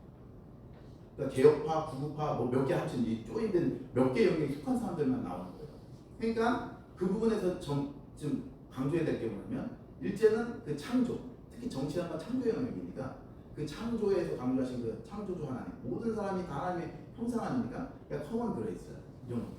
그러니까 사실 이게 삼일체 하나님 안에서 해결되긴 하거든요. 창조주 하나님, 그 다음에 성자나 성령 같은 경우는 약간 반립을 강조하고 성부 같은 경우는 공통성을 많이 강조하고 있습니다. 그 공통성과 이 특별성, 기독교의 특별성과 기독교의 공통성 일반성 안에 사실 그 역학적인 관계가 있는데 사실 이게 어려워요. 삼위치적인 그 관계 속에서 유니티도 있고 차이도 있어요. 그렇지만 지금 우리가 해야 될 영역은 교회 영역은 교회 영역대로 되게 분리되면서 되게 순결한 운동을 일으키지만 공적 영역에 들어갈 때는 연대와 유니티와 이런 것들 한대라든지 약간 이런 것들 좀 서서히 배워보세요. 한국 교회가 이걸로는 안 됩니다. 그런 것들을 좀 해야 될 것 같고 양당으로 갈 때는 진짜 팽단들 양당으로 갈 때는 이제 기껏 해봐 이슈별로 지지할 수밖에 없어요. 어느 한 정당만 지지할 수 없다니까요. 예. 어느 한 정당만 지지하는 순간 우리는 그 정당으로 기독교적 가치와 기독교 세계관이 그 정당의 정강이나 정책보다 밑으로 갈 수 없어요. 우리가 생각하는 하나님 나라가 결코 이 정당이 실현시킬 수가 없습니다. 절대 불가능해요. 어느 정당도 실망만 줘요. 실망만 줘요. 다만 우리 기독교가 생각하는 어떤 그 가치나 이런 것들을 이런 정책을 구현시킬 수 있겠다라고 할 때 이슈별로 상황별로 요걸 지지하면 돼요. 사실. 근데 지금 그런 통로가 별로 없기 때문에 제 생각에는 이 선거 제도도 지금 제 생각에는 좀 바꿔야 될 것 같아요. 바꿔야 될 것 같고 비례대표 의원내각제로 가야 될 것 같고 지금 현재 그게 지금 대통령제는 정말 안 됩니다. 지금 왔다 되면 계속 이상하게 할 것 같고 아니 그건 이제 더 구체적으로 이제 정치인분들하고 더 정치인 현역분들하고 더 대화를 많이 나눠야겠지만 이 양당제 속에서는 지금 우리 그 기독교적 호흡을 우리 하나님 나라 이걸 구현하기 너무 안 좋은 시스템이다. 하나님은 다양성을 좋아해요. 그래서 그쪽으로 기독교인들하고 얼마나 다양해요. 그러니까 정치로 통일될 수가 없어요. 정치는 아무 상관없어. 사실 사주개인도 되고 너도 되고 우리 예수 안에서 우리 하나 되는 데니까 그런 부분에서 그거는 그래서 어느 한 정당에 좀 이렇게 하지 마시다. 혹시 질문 있으세요? 질문 웃지 마시고 질문. 혹시 오늘 많이 들으시면서 우리가 조금 선 지식들이 조금 더 있으면 좀 분들이 있지만 그러지 않더라도 사실은 이제 제 생각할 때는 제가 생각할 때는 탈교의 시대가 탈교 현상, 탈교 시대가 오게 된 원인 가운데 하나가 한국 교회와 한국 성도들이 가지는 정치적인 이 행동이라든지 저는 또 그 모습들이 있지 않았을까 이런 생각을 좀 하게 됩니다. 그러면 혹시라도 정치에 대한 바른 이해를 좀 갖게 되면 적어도 한쪽 부분에서는 탈교 현상을 막는 그런 어떤 도움이 되지 않을까 이런 좀 생각을 좀 해봤습니다. 이런 질문을 한번 해보시고 아니면 이 질문에 대해서도 한번 답을 좀 해주셔도 좋겠다 생각을 하는데 제 질문보다 질문 들어왔습니다. 없어요? 저기 좀 현실적으로 예. 질문을 드릴게요. 제가 살고 있는 여주에서 한 교회 목사님이 그 전광훈 목사님을 설교 시간에 이제 약간 비판을 했어요. 그런데 몇 명의 성도가 그 목사님에게 와서 굉장히 그분들이 반주도 하고 뭐 지휘도 하고 뭐 그런 집사님이었더라고요. 그분들이 이제 나는 이제 이 교회를 못 나오겠다고 하면서 이제 나갔다는 거예요. 그 얘기를 이제 들으면서 아까 이제 교수님께서 강의를 하실 때 이제 교회는 이제 정치에 대해서 중립적이어야 되고 이렇게 얘기를 했는데 우리 그 정광훈에 대한 설교 시간에 그분에 대해서 이제 이렇게 얘기하는 게 정치가 아니라 예를 들어서 그것이 성경적으로 정당한 비판이야. 그런 것도 혹시 잘못한 걸까요? 그 목사님이?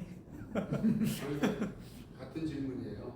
제가 비슷한 같은 질문하죠. 무슨 말이냐면 정치적으로 우파인 사람은 좌파 발언에 떠나고 좌파인 사람은 우파 발언에 떠나는 이런 좌우에 구분된 상황들이 한국 교회를 만들지 않았을까라고 하는 질문인데 신뢰를 잘 들어줘서 저 질문이 분명해진 것 같습니다. 진짜 어렵죠. 사실 운영의 묘미긴 한데 사실 그 정황 목사님 같은 경우는 그 이제 충분히 비판받아도 되는데 문제는 이제 그 선도의 연약함이잖아요. 선도의 연약함이니까 약간 목회적으로 약간 그 지혜롭지는 않으시는 선생님하고 근데 이제 진짜 마땅히 얘기해야 될 때가 있고 본문이 약간 튀지 않은 어떤 그 정치와 권력의 어떤 완전히 뭐 유사성 결탁을 보여준다든지 그걸 반드시 비판에 대한 어떤 예문적인 분석하는 본문이라면 저는 그 예로 말할 수 있다고 봅니다. 예. 말할 수 있다고 보는데 이제 분명히 그렇게 떠나는 사람 떠줄 수 없는 거죠.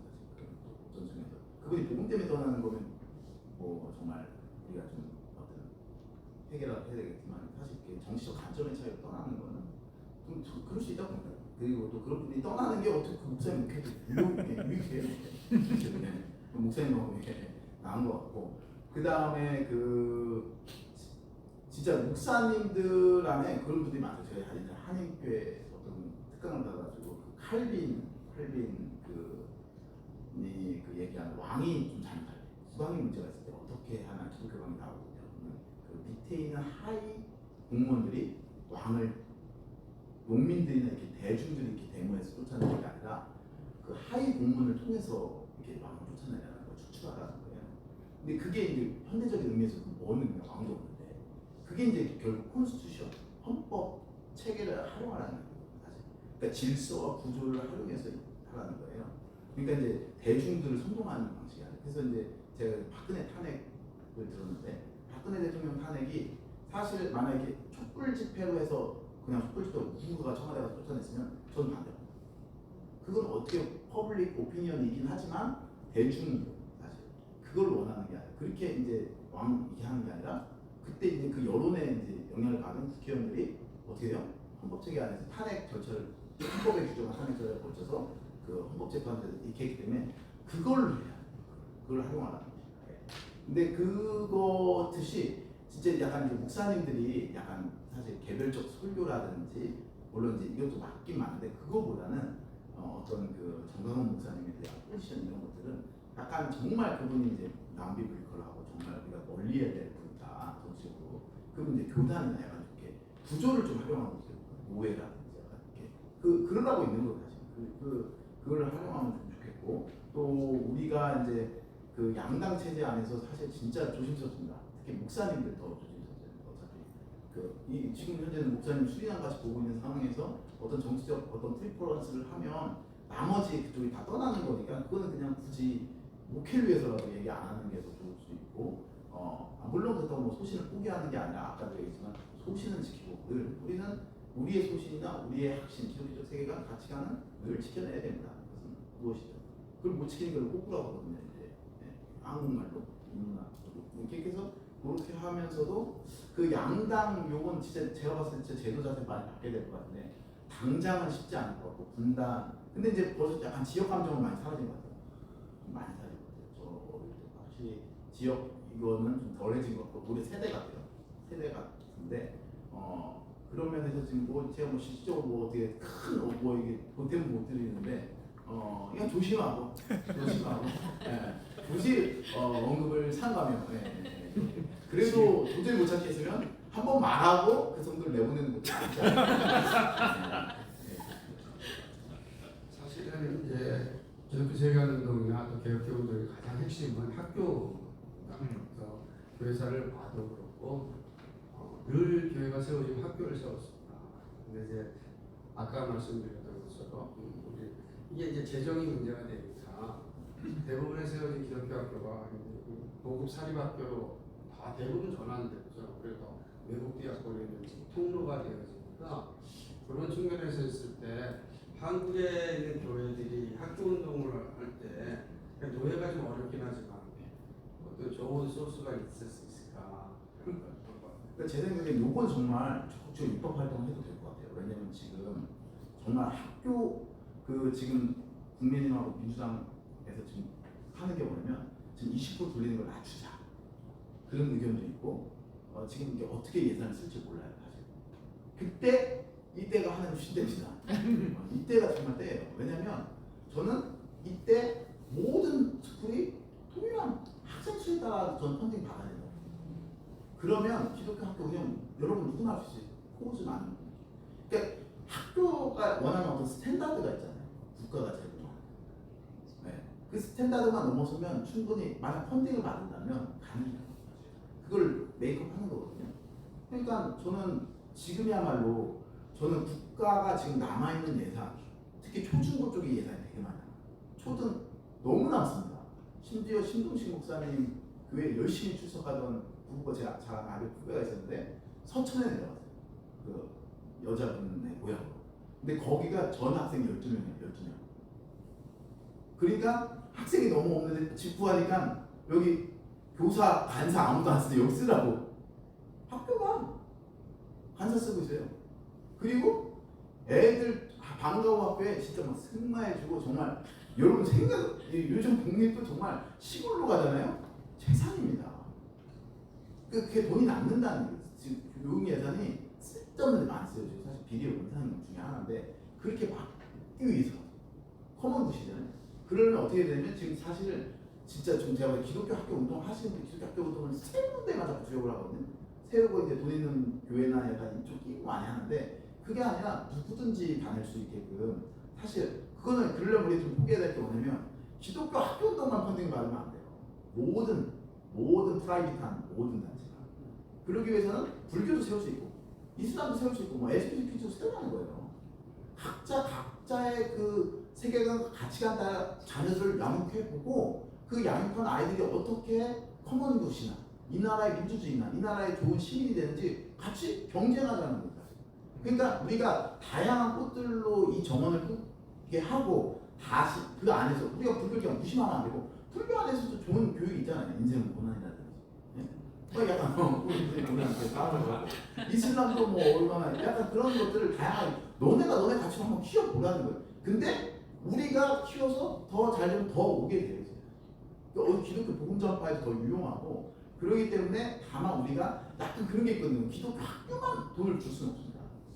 다운타운 안에서는 누구나 받을 수 있다. 약간 이렇게 연륜만 있으면 이슬람이든 뭐 LGBT 심지어 동성애든 세우라는 거예요. 차라리 여기 전체 헌법을 바꿔가지고 막 애들 보고 성 뭐 6개인지 32개인지 고르게 그렇게 전체를 다 시키지 말고 너네는 너네 교육을 하라는 거예요. 동의하는 사람들이 기독교도 이렇게 해야 됩니다. 그러기 위해서는 지금 그 어떻게 보면 이거야말로 정말 누군가가 정치인 나서야 될 때인데 안 나서시더라고요.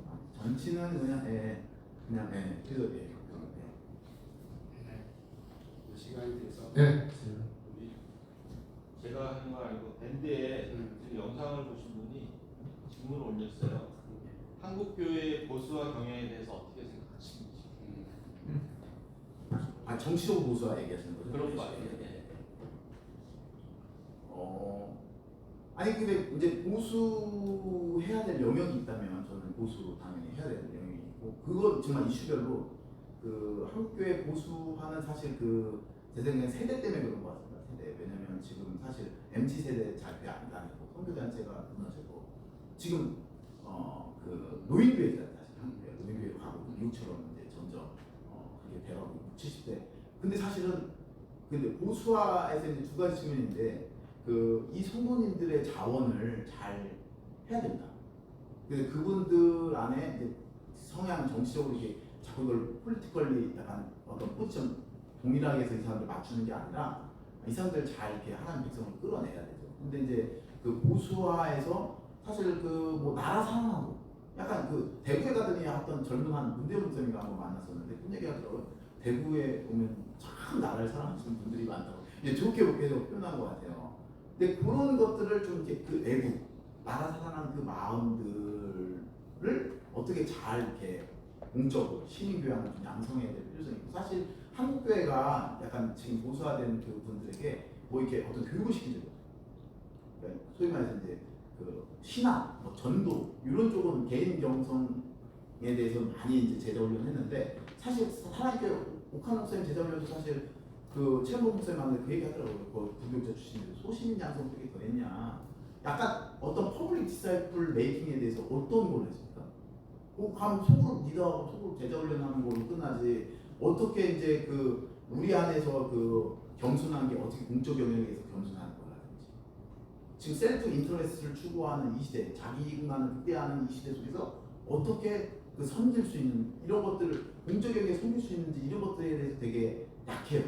사실 직장 영역이라든지 일상 영역이라든지 이런 부분에서 이제 운동하시는 분들이 다 어려워합니다. 왜요? 교회가 개교회 이쪽에만 딱 주력되어 있어서 사실 그런 부분 너무 약해요. 그리고 약간 좀 어려운 교회는 아이패드 주고 이렇게 한다고 되는 게 아니잖아요. 제가 그 사람들한테 얘기했거든요. 공적 제자 훈련 해라. 그거 더 만들어라. 그게 이제 오조영 목사님 목사님보다 더 나아지는 방식을 했는데 계속 무시당하고 있습니다. 네가 뭘 하냐 이렇게 이런 게 있는데 예 그런 측면이 있거든요. 그래서 이제 그 보수화 되신 분들도 되게 많이 이해가 돼요. 이해되고 또 사실 이분들 되게 교회에 로열티가 있어요. 헌금 내시고. 예? 그러니까 그것들을 잘 해서 젊은 세대들에게 갈 수 있게끔 해야 되는데 보수화 그 부분에 대해서는 사실 이제 나이가 들면 다들 보수화되는 측면이 있기 때문에 사실 그런 것들에 대해서 이제 그 너무 크리티컬하게 비판할 필요는 없는 것 같고 다만 최근에 너무 특히 목사님들이 손들들은 그 이해가 되는데 목사님들이 너무 이제 어떤 한 사이트에 많이 인게이징 돼가지고 특히 정광훈 목사님 채널 엄청 많이 보세요. 정말 많이 보세요. 거의 그거 유튜브 돌리세요. 그건 정말 끊으셔야 됩니다. 목사님 정말 그거는 정말 그 교회도 망치고 나라도 망치고 이런 거 진짜 하나님 원치 않는 게 있다. 그 목사님들이 그걸 하는 건 더더욱이 아니다라는 생각을 많이 하고 되고 있고 어쨌든 지금 필요한 게 그 지금까지 제자훈련이나 이런 영성이 공적 영성에 대해서 좀 안 했기 때문에 이제 기독교 세계관 운동하시는 여러분들이 할 일이 많습니다. 그러니까 기독교 세계관이 사실 세상 참여와 일상을 살아내는 어떤 그런 운동이기 때문에 여러분들 안에서 이제 좀 이렇게 많이 해서 교재 같은 것들 특히 성경 공부 교재 있잖아요. 아까 설교도 해야 되는데 사실 설교보다는 그런 교재를 좀 그 공적 제자 훈련이라고 해요. 기독교 시민 교양이라고 해야 될까요? 어떻게 이제 우리가 이런 것들과 관련된 성경 공부가 연계된 그런 제자 훈련 교재 같은 것들이 좀 나와서 실질적으로 그 약간 그 자유라든지 약간 이런 부분들 약간 그런 교재가 좀 나오면 좋겠다. 그래서 이제 약간 그런 대안을 좀 제시함으로써 보수의 경향성을 좀 막아내고 은혜 못 받으면 다 자기 정치 성향으로 갑니다. 네. 좋습니다. 네, 시간이 다 지나가서 저희 시간이 다 저기 감사드리고요. 많은 분들이 왔으면 좋겠지만 또 방송으로 다 듣고 있으니까 감사를 드립니다. 우리 오늘 귀한 강의를 해주신 김은두 박사님 박수 한번 감사합니다.